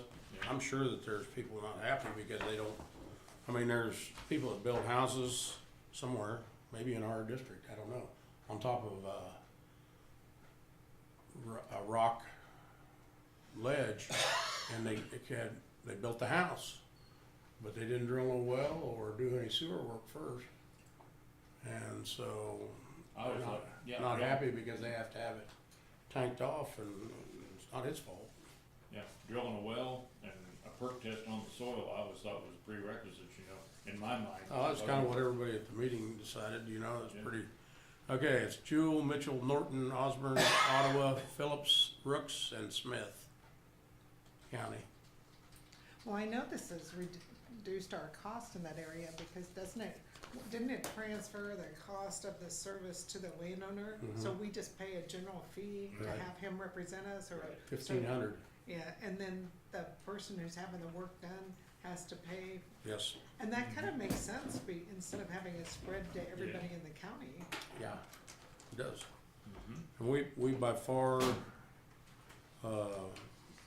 did the most business with him, so So does that mean we have the most new houses being built? I think that's pretty close to being true. Wow. Okay, the one in Delphus has its own sewer system, so the new one going in Delphus would be hooked to the city sewer. Right. Right. This is only for county. Right. Speaking of Delphus, I drove through Delphus coming back from that bridge, looking at that bridge, and you guys have a couple of new things being built there in town. Yeah. New house, Was there a new shed there or something, new garage area being built when I came through town? new house, two new houses. 2 new houses? Well, yeah, You had Big Rock on, what is that, volunteer coming in? no, Is that volunteer? that's to get me to shut up. See what, I'm glad you drove on that. See what happens when you give them trouble about me? I gave them trouble, I need rock on that road. That's what happens. That's inch and a half. That was from our county, put that on? Yes, Oh, because, is that a county maintained road? yes. That was big rock. When I came in, so I. You run a tire? No, but I'm laughing because I took rifle, and then I ended up taking treaty to get to that was hard to get to. And so I looked at the plat map again and said, now where should I go back? So I came back on, volunteer into Delphus. Right. But I was just shocked how the rock, that was big rock. But it should, the strategy is, It's not, anyway, it's fine. I mean, I've never been a fan of that big rock, but if it rains and it gets pushed in, it'll It'll make be a good a base. bigger base, but sometimes it takes a while to get done, but anyway, I'm not gonna raise hell with I it. do have a comment. I went through the pictures that were on my desk when the week I wasn't here, found some duplicates, and I'd like to see if we could get a consensus to trash the duplicates, and then I will go to the museum and see if everything else, if they would be interested in. I think that's a good idea. Okay? Because I didn't know what to do with I it. approve. Okay? So did you see on Rifle, at the end of Rifle Road where they put the white stuff down? That That's- white rock? Yeah, that's township. Yeah, there was a lot of white rock up there. Well, that's just a base, right on the end where you come out of Indians. You did, you stop at Indian Lookout? Indian? How could you? I came up, Scott. I went on this. Off of Rifle, I went on Victory Road. Rifle. Rifle to, 80th. did I go to 80th? Yeah, you had to, but anyway, Or maybe 70th. And then I went up to, yeah. and then I had to do that little zigzag Okay. to get to 20th. What are your, your moments to talk? What do you have to say? Well, the only thing I really want is, there's a couple things that I would like to review that I haven't received. And I feel like it's our responsibility. So when I look up like, so the two things I requested, I requested to see the motor vehicle calculation at year end. And I spoke with Dawn, and she said you guys used to get that every year.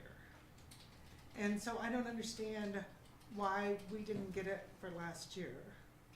And I specifically, I asked Jody for it. I told her I had talked to Dawn, and I still haven't received it. So I would like the commission to say it's reasonable to at least look at the calculation. And that you've done it in the past. I don't understand why.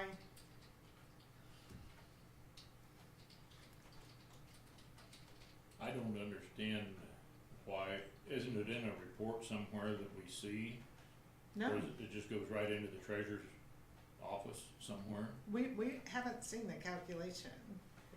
And, so when I look at the Kansas statutes on what our responsibility is, it says that our job is to examine and settle all accounts, receipts and expenses of the county. And it specifically says to examine, and I feel like if we don't look at that, we're not examining it. Well, I would have you requested it face to face. No, I sent an email. I'd go face to face and see if you can get it. And then if you don't, we'll do something about it. And the other thing I wanted to bring up is about the payroll. And the payroll, we just received a recap. We didn't receive the payroll by person. And going back to our responsibility to settle, our payroll is $3 million a year. So it's a huge payable. And I would like to see that the wage study was implemented by person correctly. And I would also like to see the amount that we're paying for benefits now, because we changed our benefit plan.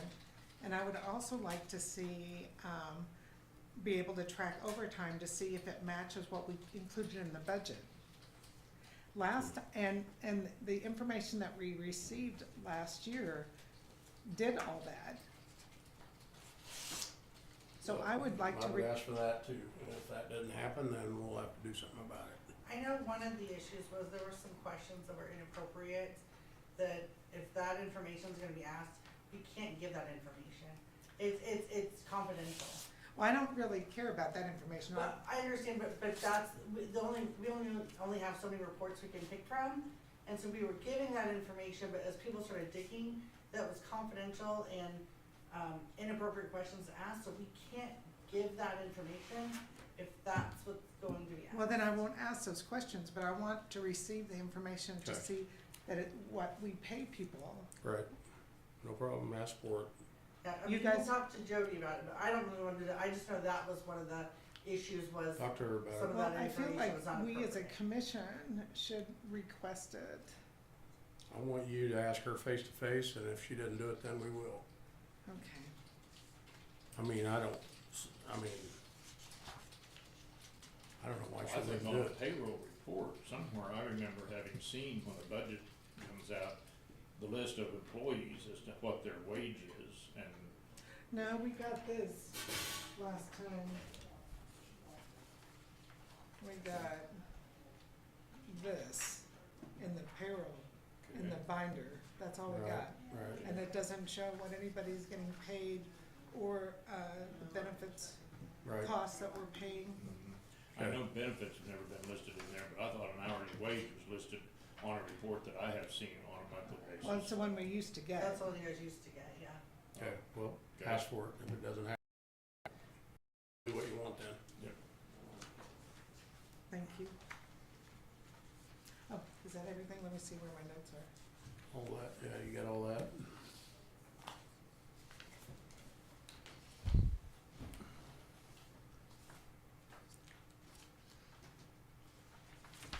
Are we ready to adjourn? Yeah, that's it. I'd make a motion to adjourn at 12:06. A second? Moved and seconded to adjourn at 12:06. Any discussion? All those in favor? Aye. Meeting next week. Oh, my. So, so hopefully Linda will call us. Who? Linda Semple. Oh. Yeah, and so are we? You weren't here for that. Wait, Yeah, let me, guys, well, what- wait a minute, can we, I already shut everything off. Okay, we can't talk about it. yeah, we're done. So do I send it through Tammy Yeah, I would think so. and Tammy can disperse